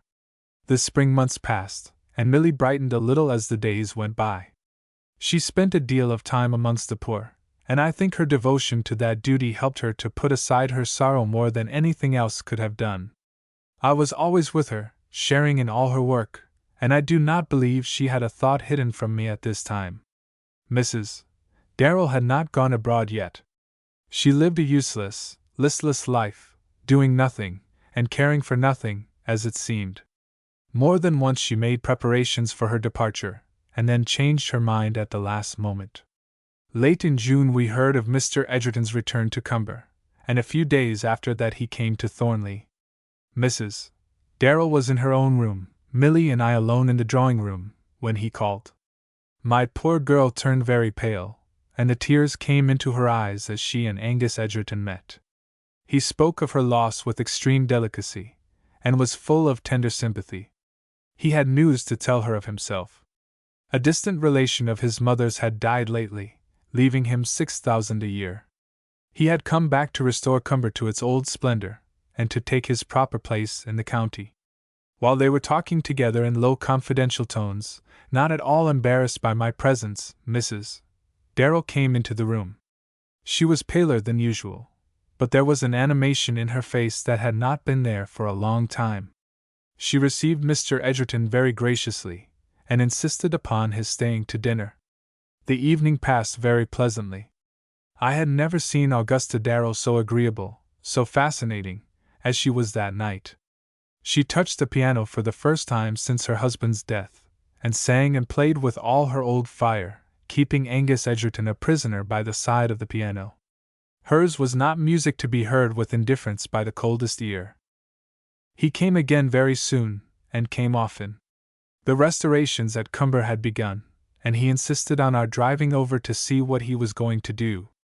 We went in compliance with this wish, and I could not but observe how anxiously he questioned Milly as to her opinion of the alterations, and how eagerly he sought for suggestions as to the arrangement and decoration of the different rooms. We spent some hours in this inspection, and stayed to luncheon, in the noble old tapestried drawing-room. It was not very long before Mr. Edgerton had renewed his suit, and had been accepted. Had Mr. Darrell lived, the altered circumstances of the suitor would, in all probability, have made some alteration in his ideas upon this subject. He could no longer have supposed Angus Edgerton influenced by mercenary feelings. My darling seemed perfectly happy in her engagement, and I shared her happiness. I was always to live with her, she said, at Cumber as well as at Thornley. She had told Angus this, and he was pleased that it should be so. I thought that she would have no need of me in her wedded days, and that this loving fancy of hers was not likely to be realized. But I allowed her to cherish it, time enough for our parting when it needs must come. My youth had been brightened by her love, and I should be brave enough to face the world alone when she began her new life, assured that in my day of trouble I should always find a haven in her affection. They were to be married in the following spring. Mr. Edgerton had pleaded hard for an earlier date, but Milly would not diminish her year of mourning for her father, and he was fain to submit. The appointed time was advanced from April to February. He was to take his young wife abroad, and to show her all those scenes in which his wandering life had been spent, and then they were to return to Cumber, and Milly was to begin her career as the wife of a country squire. Julian Stormont came to Thornley, and heard of the engagement from Mrs. Darrell. He still occupied his old position in the business at North Shields, which had been bought by a great capitalist in the iron way. He received the news of Milly's betrothal very quietly, but he proffered her no congratulations upon the subject. I happened to be on the terrace alone with him one morning during his stay, waiting for Milly to join me, when he spoke to me about this business. "So my cousin is going to throw herself away upon that man," he said. "You must not call it throwing herself away, Mr. Stormont," I answered. "Mr. Edgerton is devoted to your cousin, and the change in his circumstances makes him a very good match for her." "The change in his circumstances has not changed the man," he returned in an angry tone. "No good can come of such a marriage." "You have no right to say that, Mr. Stormont." "I have the right given me by conviction." "A happy marriage? No, it will not be a happy marriage, be sure of that." He said this with a vindictive look that startled me, well as I knew that he could not feel very kindly towards Milly's lover. The words might mean little, but to me they sounded like a threat. Chapter 11. Danger. The summer that year was a divine one, and we spent the greater part of our lives out of doors, driving, walking, sitting about the garden sometimes until long after dark. It was weather in which it was a kind of treason against nature to waste an hour in the house. We went very often for long rambles in Cumberwood, winding up with an afternoon tea drinking in the little study at the Priory, a home-like unceremonious entertainment which Milly delighted in. She used to seem to me on those occasions like some happy child playing at being mistress of the house. Augusta Darrell was almost always with us. I was sorely puzzled and perplexed by her conduct at this time. It seemed to be all that a kind stepmother's could be. Her old indifferent air had quite vanished. She was more cordial, more affectionately interested in Milly's happiness than I had supposed it possible she could be. The girl was completely melted by the change in her manner, and responded to this new warmth with artless confidence in its reality. I remembered all I had seen and all I had suspected, and I could not bring myself to believe implicitly in Milly's stepmother. There was a shadowy fear, a vague distrust in my mind, not to be put away. As I have said, she was always with us, entering into all our simple amusements with an appearance of girlish pleasure. Our picnics, our sketching expeditions, our afternoon tea parties at the Priory, our croquet matches with the rector's daughters, seemed all alike agreeable to her. I noticed that her toilet was always perfect on these occasions, and that she neglected no art which could add to her attractiveness. But she never in any way attempted to absorb Mr. Edgerton's attention. She never ignored his position as Milly's accepted suitor. For a long time I was deceived by her manner, almost convinced that if she had ever cared for Angus Edgerton in the past, it was a passion that had died out of her heart. But there came a day when one look of hers betrayed the real state of the case, and showed me that all this newly awakened regard for Milly, and pleasant participation in her happiness, had been only a careful piece of acting. It was nothing but a look, one earnest, despairing, passionate look, that told me this, but it was a look that betrayed the secret of a life. From that moment I never again trusted Augusta Darrell. With the beginning of autumn the weather changed, and there came a dull rainy season. Trouble came to us with the change of the weather. There was a good deal of low fever about Thornley, and Milly caught it. She had never neglected her visit amongst the poor, even in favor of those pleasant engagements with Angus Edgerton, and there is no doubt she had taken the fever from some of the cottagers. She was not alarmingly ill, nor was the fever supposed to be contagious, except under certain conditions.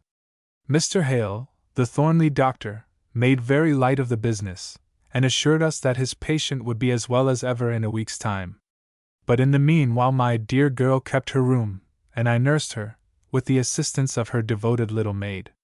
Mr. Edgerton came every day, generally twice a day, to inquire about the invalid's progress, and would stay for half an hour, or longer, talking to Mrs. Darrell or to me. He was very much depressed by this illness, and impatient for his betrothed's recovery.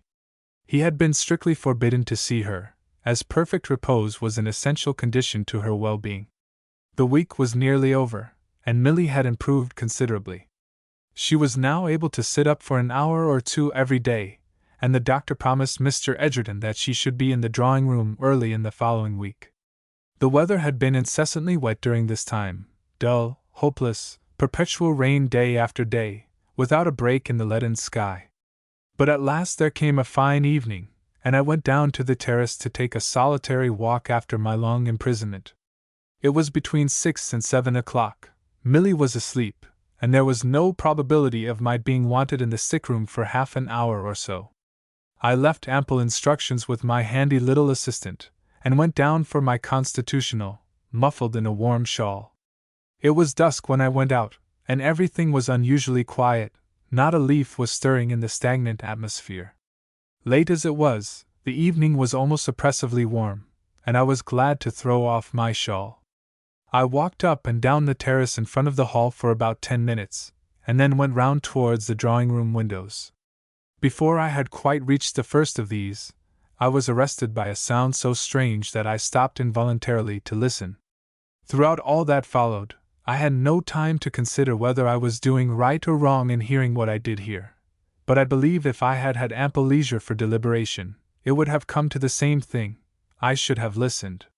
What I heard was of such vital consequence to the girl I loved, that I think loyalty to her outweighed any treachery against the speaker. The strange sound that brought me to a standstill close to the wide-open window was the sound of a woman's passionate sobbing, such a storm of weeping as one does not hear many times in a life. I have never heard anything like it until that night. Angus Edgerton's sonorous voice broke in upon those tempestuous sobs almost angrily. "Augusta, this is supreme folly." The sobs went on for some minutes longer unchecked. I heard his steps sounding heavily as he walked up and down the room. "I am waiting to hear the meaning of all this," he said by and by. "I suppose there is some meaning. Oh, Angus, is it so easy for you to forget the past?" "It was forgotten long ago," he answered, "by both of us, I should think. When my mother bribed you to leave Ilfracombe, you bartered my love and my happiness for the petty price she was able to pay. I was a weak fool in those days, and I took the business to heart bitterly enough, God knows, but the lesson was a useful one, and it served its turn. I have never trusted myself to love any woman since that day, till I met the pure young creature who is to be my wife. Her truth is above all doubt. She will not sell her birthright for a mess of pottage. The mess of pottage was not for me, Angus. It was my father's bargain, not mine. I was told that you had done with me, that you had never meant to marry me. Yes, Angus, your mother told me that with her own lips, told me that she interfered to save me from misery and dishonor. And then I was hurried off to a cheap French convent, to learn to provide for myself. A couple of years' schooling was the price I received for my broken heart. That was what your mother called making me a lady. I think I should have gone mad in those 2 dreary years, if it had not been for my passionate love of music. I gave myself up to that with my whole soul. My heart was dead, and they told me I made more progress in 2 years than other girls made in 6. I had nothing else to live for. Except the hope of a rich husband, said Mr. Edgerton, with a sneer. Oh God, how cruel a man can be to a woman he has once loved, cried Mrs. Darrell passionately. Yes, I did marry a rich man, Angus, but I never schemed or tried to win him.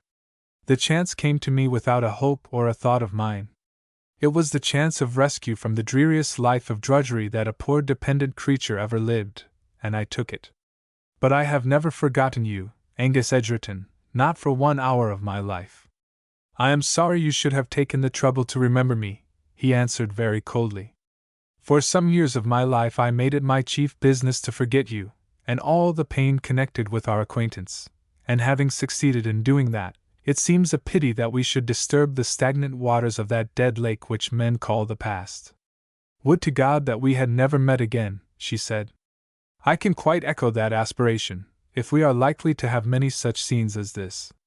Cruel, cruel, she muttered. Oh, Angus, I have been so patient. I have clung to hope in the face of despair.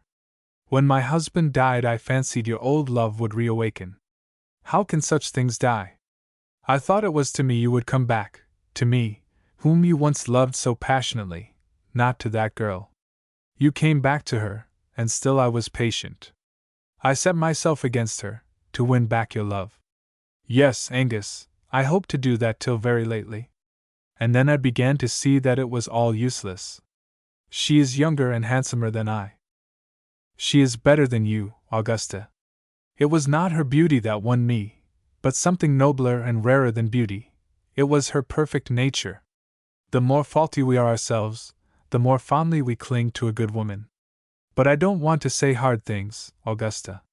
Pray let us put all this folly aside at once and forever. You took your course in the past, and it has landed you in a very prosperous position. Let me take mine in the present, and let us be friends, if possible. You know that it is not possible. We must be all the world to each other, or the bitterest enemies. I shall never be your enemy, Mrs. Darrell. But I am yours, yes, I am yours from this night, and hers. You think I can look on tamely, and see you devoted to that girl. I have only been playing a part. I thought it was in my power to win you back. All this was said with a kind of passionate recklessness, as if the speaker, having suddenly thrown off her mask, scarcely cared how utterly she degraded herself. Good night, Mrs. Darrell. You will think of these things more wisely tomorrow. Let us be civil to each other, at least, while circumstances bring us together, and for God's sake be kind to your stepdaughter. Do not think of her as a rival. My love for you had died long before I saw her. You need bear no malice against her on that account. Good night. Good night. I heard the drawing-room door open and shut, and knew that he was gone. I walked on past the open windows, not caring if Mrs. Darrell saw me. It might be better for Milly, perhaps, that she should know I had heard her secret, and had been put upon my guard. But I do not think she saw me. It was about a quarter of an hour later when I went in, and it was quite dark by that time. In the hall I met Mrs. Darrell, dressed for walking. I am going round the shrubberies, Miss Crofton, she said. Insupportably close tonight, is it not? I think we shall all have the fever if this weather lasts. She did not wait for my answer, but passed out quickly. I went back to Milly's room, and found her still sleeping peacefully. 10 minutes afterwards I heard the rain beating against the windows, and knew that it had set in for a wet night. Mrs. Darrell will not be able to go far, I thought. I sat by the bedside for some time thinking of what I had heard. It was something to have had so strong a proof of Angus Egerton's loyalty to my dear girl, and assured of that, I did not fear Mrs. Darrell's malice. Yet I could not help wishing that the marriage had been appointed for an earlier date, and that the time which stepmother and daughter were to spend together had been shorter. Milly woke, and sat up for about half an hour, supported by pillows, to take a cup of tea, while I talked to her a little about the pleasantest subjects I could think of. She asked if Mr. Egerton had been at Thornley that evening. Yes, dear, he has been. Did you see him, Mary? No, I did not see him. She gave a little disappointed sigh. It was her delight to hear me repeat his messages to her, word for word, ever so many times over. Then you have nothing to tell me about him, dear? Nothing, except that I know he loves you. Ah, Mary, there was a time when you doubted him. That time is quite past and gone, dear. She kissed me as she gave me back her cup and saucer, and promised to go to sleep again, while I went to my room to write a long letter home. I was occupied in this way for more than an hour, and then, having sealed my letter, went down with it to the hall, to put it on a table where all letters intended to be taken to the post in the morning were placed overnight.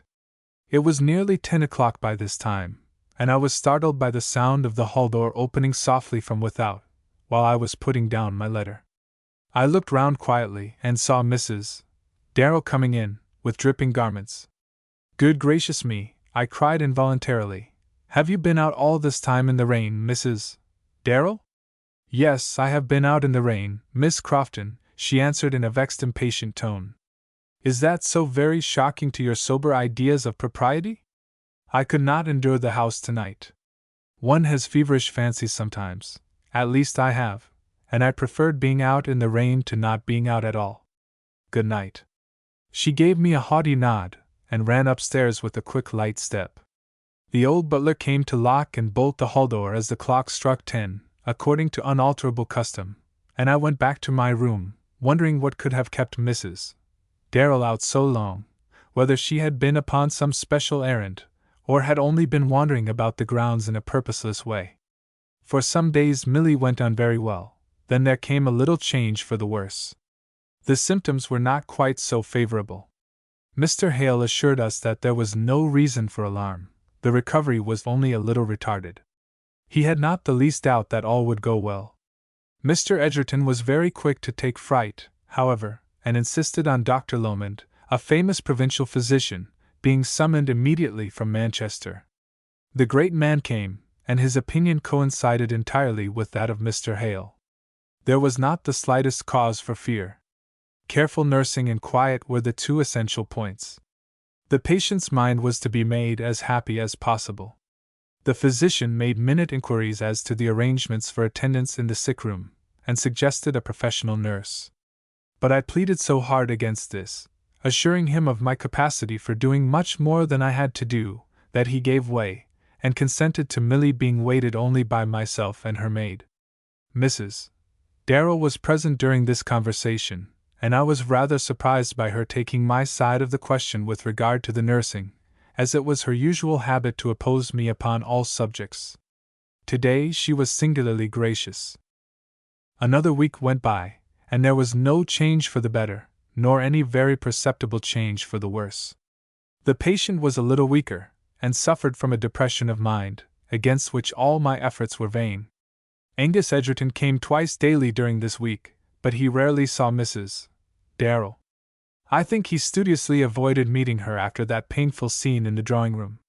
It was for me he inquired, and he used to come upstairs to the corridor outside Milly's room, and stand there talking to me in a low voice, and feeling a kind of satisfaction, I believe, in being so near his darling.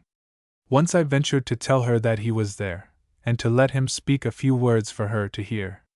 But the sound of the voice she loved so well had such an agitating effect upon her, that I sorely repented my imprudence, and took good care not to repeat it. So the days went by, in that slow dreary way in which time passes when those we love are ill, and it seemed, in the dead calm of the sick-room, as if all the business of life had come to a standstill. I did not see much of Mrs. Darrell during this period. She came to Milly's door 2 or 3 times a day to ask about her progress, with all appearance of affection and anxiety, but throughout the rest of the day she remained secluded in her own rooms. I noticed that she had a wan, haggard look at this time, like that of a person who had existed for a long while without sleep, but this in no manner surprised me, after that scene in the drawing-room. As the time went by, I felt that my strength was beginning to fail, and I sadly feared that we might have at last to employ the professional aid which the Manchester physician had suggested. I had slept very little from the beginning of Milly's illness, being too anxious to sleep when I had the opportunity of doing so, and I now began to suffer from the effects of this prolonged sleeplessness.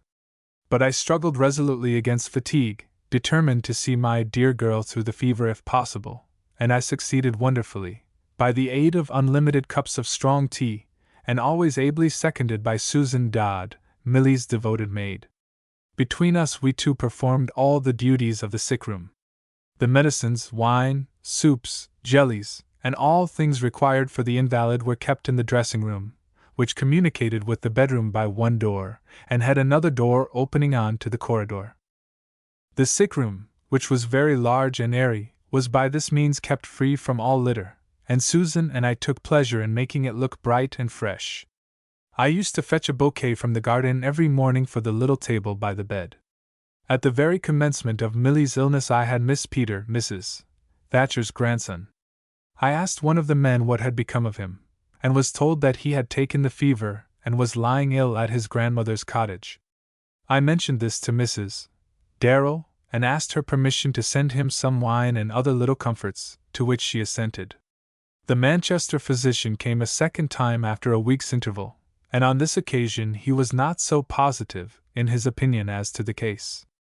He did not consider that there was peril as yet, he said, but the patient was weaker, and he was by no means satisfied. He prescribed a change of medicine, repeated his injunctions about care and quiet, and so departed, after requesting Mr. Hale to telegraph for him in the event of any change for the worse. I was a good deal depressed by his manner this time, and went back to my dear girl's room with a heavier heart than I had known since her illness began. It was my habit to take whatever sleep I could in the course of the afternoon, leaving Susan Dodd on guard, so as to be able to sit up all night. Susan had begged very hard to share this night watching, but I insisted upon her taking her usual rest, so as to be bright and fresh in the day. I felt the night work was the more important duty, and could trust that to no one but myself. Unfortunately, it happened very often that I was quite unable to sleep when I went to my room in the afternoon to lie down. Half my time I used to lie there wide awake thinking of my darling girl, and praying for her speedy recovery. On the afternoon that followed the Manchester doctor's second visit I went to my room as usual, but I was more than ever disinclined to sleep. For the first time since the fever began I felt a horrible dread that the end might be fatal, and I lay tossing restlessly from side to side, meditating on every word and look of the physicians, and trying to convince myself that there was no real ground for my alarm. I had been lying awake like this for more than an hour, when I heard the door of Milly's dressing room, which was close to my door, close softly, and with a nervous quickness to take alarm I sprang up, and went out into the corridor, thinking that Susan was coming to summon me. I found myself face to face, not with Susan Dodd, but with Mrs. Darrell. She gave a little start at seeing me, and stood with her hand still upon the handle of the dressing-room door, looking at me with the strangest expression I ever saw in any human countenance. Alarm, defiance, hatred, what was it? I thought you were asleep, she said. I have not been able to sleep this afternoon. You are a bad person for a nurse, Miss Crofton, if you cannot sleep at will. I am afraid you are nervous, too, by the way you darted out of the room just now. I heard that door shut, and thought Susan was coming to call me. I had just been in to see how the invalid was going on, that is all. She passed me, and went back to her own apartments, which were on the other side of the house. I felt that it was quite useless trying to sleep, so I returned to my room only to change my dressing gown for my dress, and then went back to Milly. She had been sleeping very quietly, Susan told me. I suppose you told Mrs. Darrell that all was going on well when she came to inquire just now, I said. Mrs. Darrell hasn't been since you went to lie down, miss, the girl answered, looking surprised at my question. Why, Susan, you must surely forget. Mrs. Darrell was in the dressing-room scarcely 10 minutes ago. I heard her coming out, and went to see who was there. Didn't she come in here to inquire about Miss Darrell? No, indeed, miss. Then I suppose she must have peeped in at the door, and seen that Miss Darrell was asleep, I said. I don't see how she could have opened that door without my hearing her, miss. It was shut fast, I know. It had been shut when I went in through the dressing-room. I was puzzled by this incident, small as it was. I knew that Augusta Darrell hated her stepdaughter, and I could not bear to think of that secret enemy hovering about the sick-room. I was puzzled too by the look which I had seen in her face, no common look, and not easy to be understood. That she hated me, I had no doubt, but there had been fear as well as aversion in that look, and I could not imagine any possible reason for her fearing such an insignificant person as myself. The rest of that evening and night passed without any event worth recording. I kept the door of communication between the bedroom and dressing-room wide open all night, determined that Augusta Darrell should not be in that room without my knowledge, but the night passed, and she never came near us. When I went into the garden early the next morning to gather the flowers for Milly's room, I found Peter at work again. He looked very white and feeble, scarcely fit to be about just yet, but there he was, sweeping the fallen leaves into little heaps, ready for his barrow. He came to me while I was cutting the late roses for my bouquet, and asked after Milly. When I had answered him, he loitered by me for a little in a curious way, as if he wanted to say something else, but I was too full of my own thoughts and cares to pay much attention to him. The next day, and the next, brought no change in my darling, and I was growing every hour more anxious. I could see that Mr. Hale was puzzled and uneasy, though he said he saw no reason for telegraphing to Manchester yet awhile. He was very attentive, and was reputed to be very clever, and I knew that he was really attached to Milly, whom he had attended from her infancy. Angus Edgerton saw me twice every day, and these brief interviews had now become very painful to me. I found it so difficult to cheer him with hopeful words, when my own heart was hourly growing heavier, and the fears that had been vague and shadowy were gathering strength and shape. I was very tired, but I held out resolutely, and I had never once slept for so much as a quarter of an hour upon my watch, until the second night after that meeting with Mrs. Darrell at the door of the dressing-room. That night I was seized with an unconquerable sleepiness, about an hour after I had dismissed Susan Dodd. The room was very quiet, not a sound except the ticking of the pretty little clock upon the mantelpiece. Milly was fast asleep, and I was sitting on a low chair by the fire trying to read, when my drowsiness overcame me, my heavy eyelids fell, and I went off into a feverish kind of slumber, in which I was troubled with an uneasy consciousness that I ought to be awake. I had slept in this way for a little more than an hour, when I suddenly started up broad awake. Missing from source, in the intense quiet of the room I had heard a sound like the chinking of glass, and I fancied that Milly had stirred. There was a table near her bed, with a glass of cooling drink and a bottle of water upon it. I thought she must have stretched out her hand for this glass, and that in so doing she had pushed the glass against the bottle, but to my surprise I found her lying quite still, and fast asleep. The sound must have come from some other direction, from the dressing-room, perhaps. I went into the dressing-room. There was no one there. No trace of the smallest disturbance among the things. The medicine bottles and the medicine glass stood on the little table exactly as I had left them. I was very careful and precise in my arrangement of these things, and it would have been difficult for the slightest interference with them to have escaped me. What could that sound have been? Some accidental shiver of the glass, stirred by a breath of wind, one of those mysterious movements of inanimate objects which are so apt to occur in the dead hours of the night, and which seem always more or less ghostly to a nervous watcher. Could it have been only accidental? Or had Mrs. Darrell been prowling stealthily in and out of that room again? Why should she have been there? What could her secret coming and going mean? What purpose could she have in hovering about the sick girl? What could her hatred profit itself by such uneasy watchfulness, unless what? An icy coldness came over me, and I shook like a leaf, as a dreadful thought took shape in my mind. What if that desperate woman's hatred took the most awful form? What if her secret presence in that room meant murder? I took up the medicine bottle and examined it minutely. In color, in odor, in taste, the medicine seemed to me exactly what it had been from the time it had been altered, in accordance with the Manchester doctor's second prescription. Mr. Hale's label was on the bottle, and the quantity of the contents was exactly what it had been after I gave Milly her last dose, one dose gone out of the full bottle. Oh, no, no, no, I thought to myself, I must be mad to imagine anything so awful. A woman may be weak, and wicked, and jealous, when she has loved as intensely as this woman seems to have loved Angus Edgerton, but that is no reason she should become a murderess. I stood with the medicine bottle in my hand, sorely perplexed. What could I do? Should I suspend the medicine for tonight, at the risk of retarding the cure? Or should I give it in spite of that half-suspicion that it had been tampered with? What ground had I for such a suspicion? At that moment nothing but the sound that had awakened me, the chinking sound of one glass knocked against another. Had I really heard any such sound, or had it only been a delusion of my half-sleeping brain? While I stood weighing this question, a sudden recollection flashed across my mind, and I had no longer ground for doubt.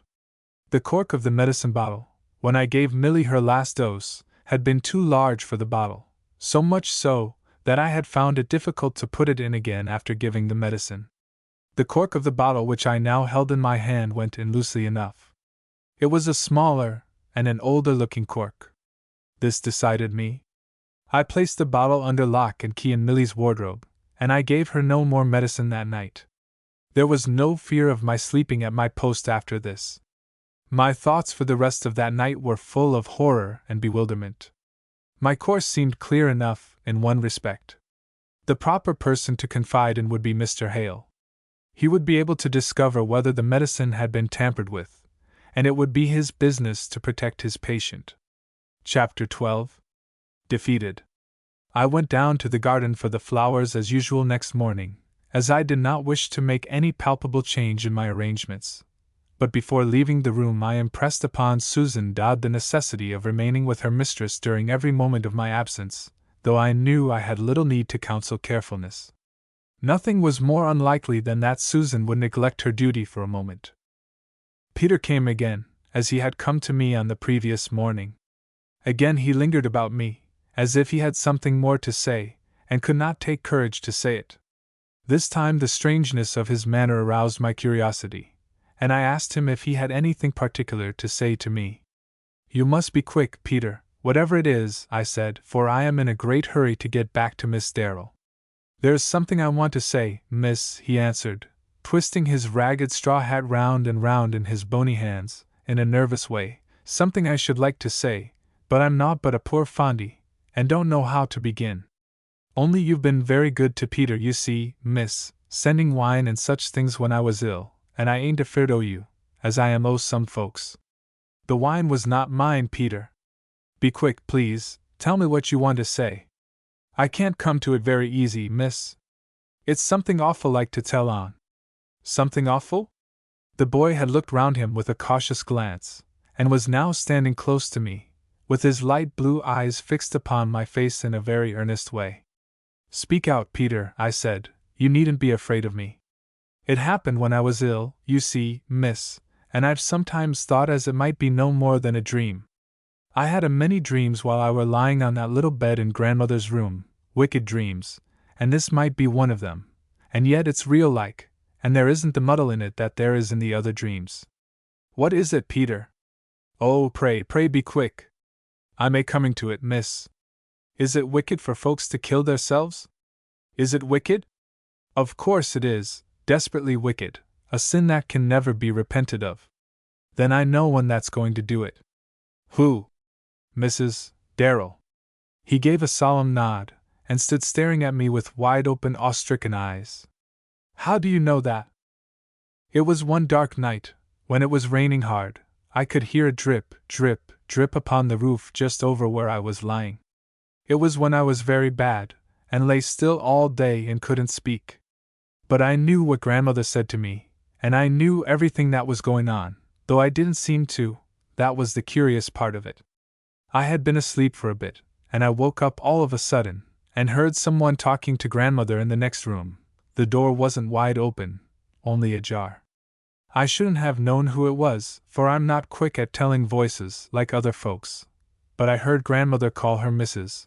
Darrell, and I heard the lady say that when one was sick and tired of life, and had no one left to live for, it was best to die, and grandmother laughed, and says yes, there wasn't much to live for, leastways not for such as her. And then they talked a little more, and then by and by Mrs. Darrell asked her for some stuff. I didn't hear the name of it, for Mrs. Darrell only whispered it.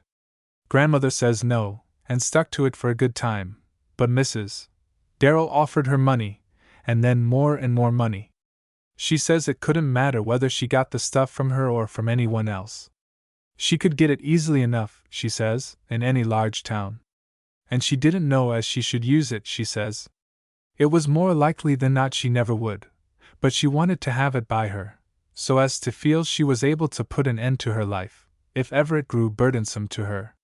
"You'll never use it against anyone else?" says grandmother, and Mrs. Darrell says who was there she could use it against, and what harm need she wish to anybody, she was rich enough, and had nothing to gain from anybody's death. So at last, after a deal of talk, grandmother gave her the stuff, and I heard her counting out money. I think it was £100, and then she went away in the rain. I remembered that night upon which Mrs. Darrell had stayed out so long in the rain, the night that followed her stormy interview with Angus Edgerton. I told Peter that he had done quite right in telling me this, and begged him not to mention it to any one else until I gave him permission to do so. I went back to Milly's room directly afterwards, and waited there for Mr. Hale's coming. While I was taking my breakfast, Mrs. Darrell came to make her usual inquiries. I ran into the dressing room to meet her. While she was questioning me about the invalid, I saw her look at the table where the medicine had always been until that morning, and I knew that she missed the bottle. After she had made her inquiries, she stood for a few moments hesitating, and then said abruptly, "I should like to see Mr. Hale when he comes this morning. I want to hear what he says about his patient. He will be here almost immediately, I suppose, so I will stay in Milly's room till he comes." She went into the bedroom, bent over the invalid for a few minutes, talking in a gentle, sympathetic voice, and then took her place by the bedside. It was evident to me that she had suspected something from the removal of the medicine, and that she intended to prevent my seeing Mr. Hale alone. "You took your medicine regularly last night, I suppose, Milly?" she inquired presently, when I had seated myself at a little table by the window and was sipping my tea. "I don't think you gave me quite so many doses last night, did you, Mary?" said the invalid, in her feeble voice. "I fancy you were more merciful than usual.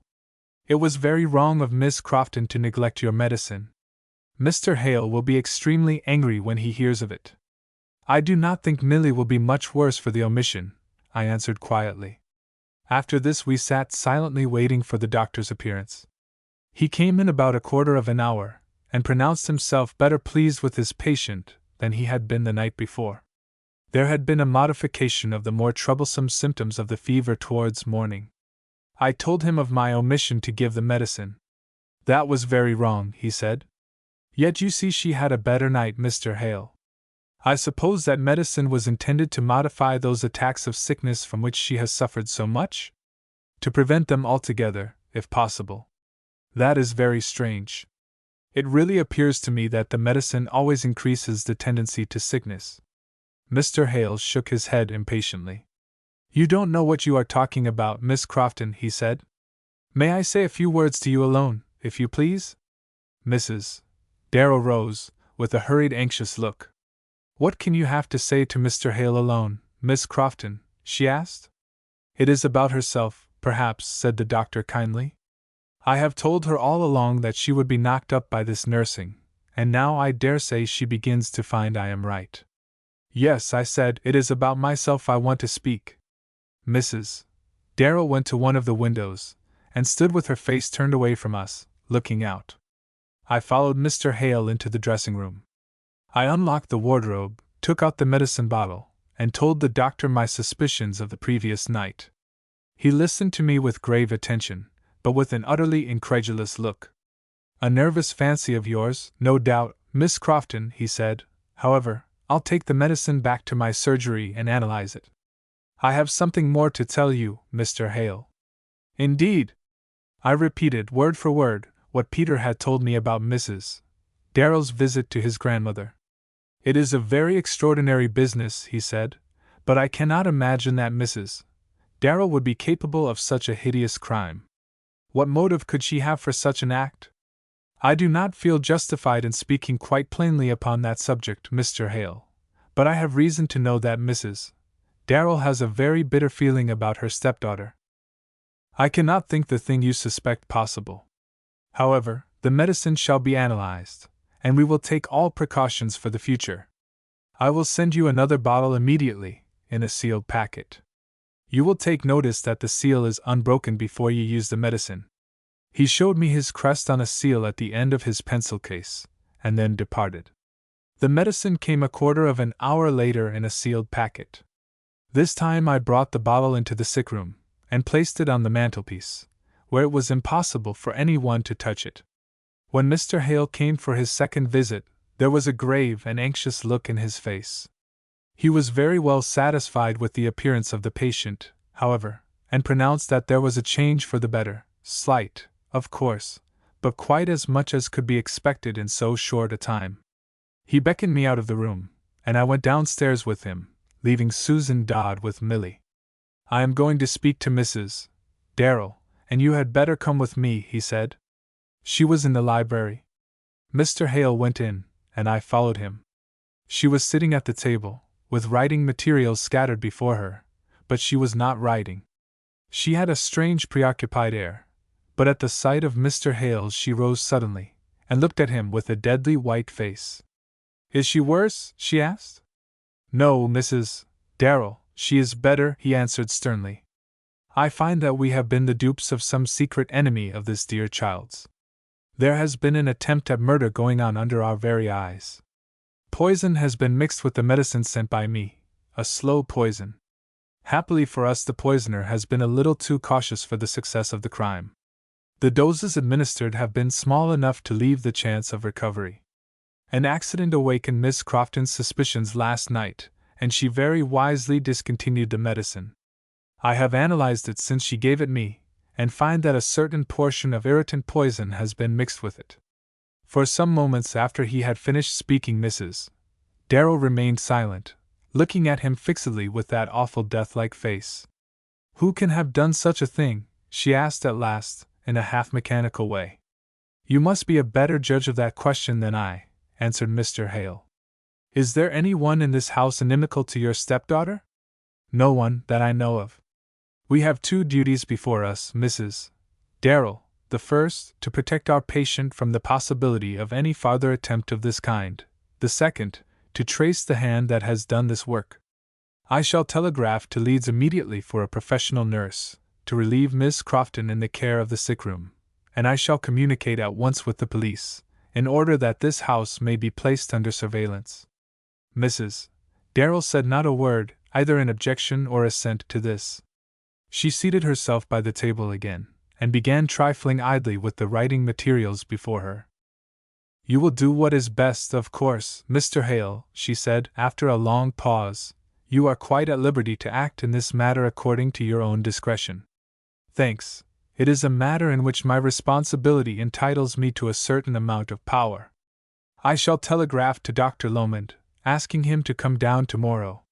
Whatever doubt you may entertain of my judgment will be dispelled when I am supported by his opinion." "Of course. But I have not expressed any doubt of your judgment." We left her immediately after this, left her sitting before the table, with her restless hands turning over the papers. The servant who went in search of her at 7 o'clock that evening, when dinner was served, found her sitting there still, with a sealed letter lying on the table before her, but her head had fallen across the cushioned arm of the chair. She had been dead some hours. There was a post-mortem examination and an inquest. Mrs. Darrell had taken poison. The jury brought in a verdict of suicide while in a state of unsound mind. The act seemed too causeless for sanity. Her strange absent ways had attracted the attention of the servants for some time past, and the evidence of her own made respecting her restlessness and irritability for the last few months influenced the minds of coroner and jury. The letter found lying on the table before her was addressed to Angus Edgerton. He declined to communicate its contents when questioned about it at the inquest. Milly progressed towards recovery slowly but surely from the hour in which I stopped the suspected medicine. The time came when we were obliged to tell her of her stepmother's awful death, but she never knew the attempt that had been made on her own life, or the atmosphere of hatred in which she had lived. We left Thornley for Scarborough as soon as she was well enough to be moved, and only returned in the early spring, in time for my darling's wedding. She has now been married nearly 7 years, during which time her life has been very bright and happy, a life of almost uncheckered sunshine. She has carried out her idea of our friendship to the very letter, and we have never been separated, except during her honeymoon and my own visits home. Happily for my sense of independence, there are now plenty of duties for me to perform at Cumber Priory, where I am governess to a brood of pretty children, who call me auntie, and hold me scarcely second to their mother in their warm young hearts. Angus Edgerton is a model country squire and master of the hounds, and he and his wife enjoy an unbroken popularity among rich and poor. Peter is under gardener at the Priory, and no longer lives with his grandmother, who left her cottage soon after Mrs. Darrell's suicide, and is supposed to have gone to London. End of Project Gutenberg's Milly Darrell and Other Tales by M. E. Braddon.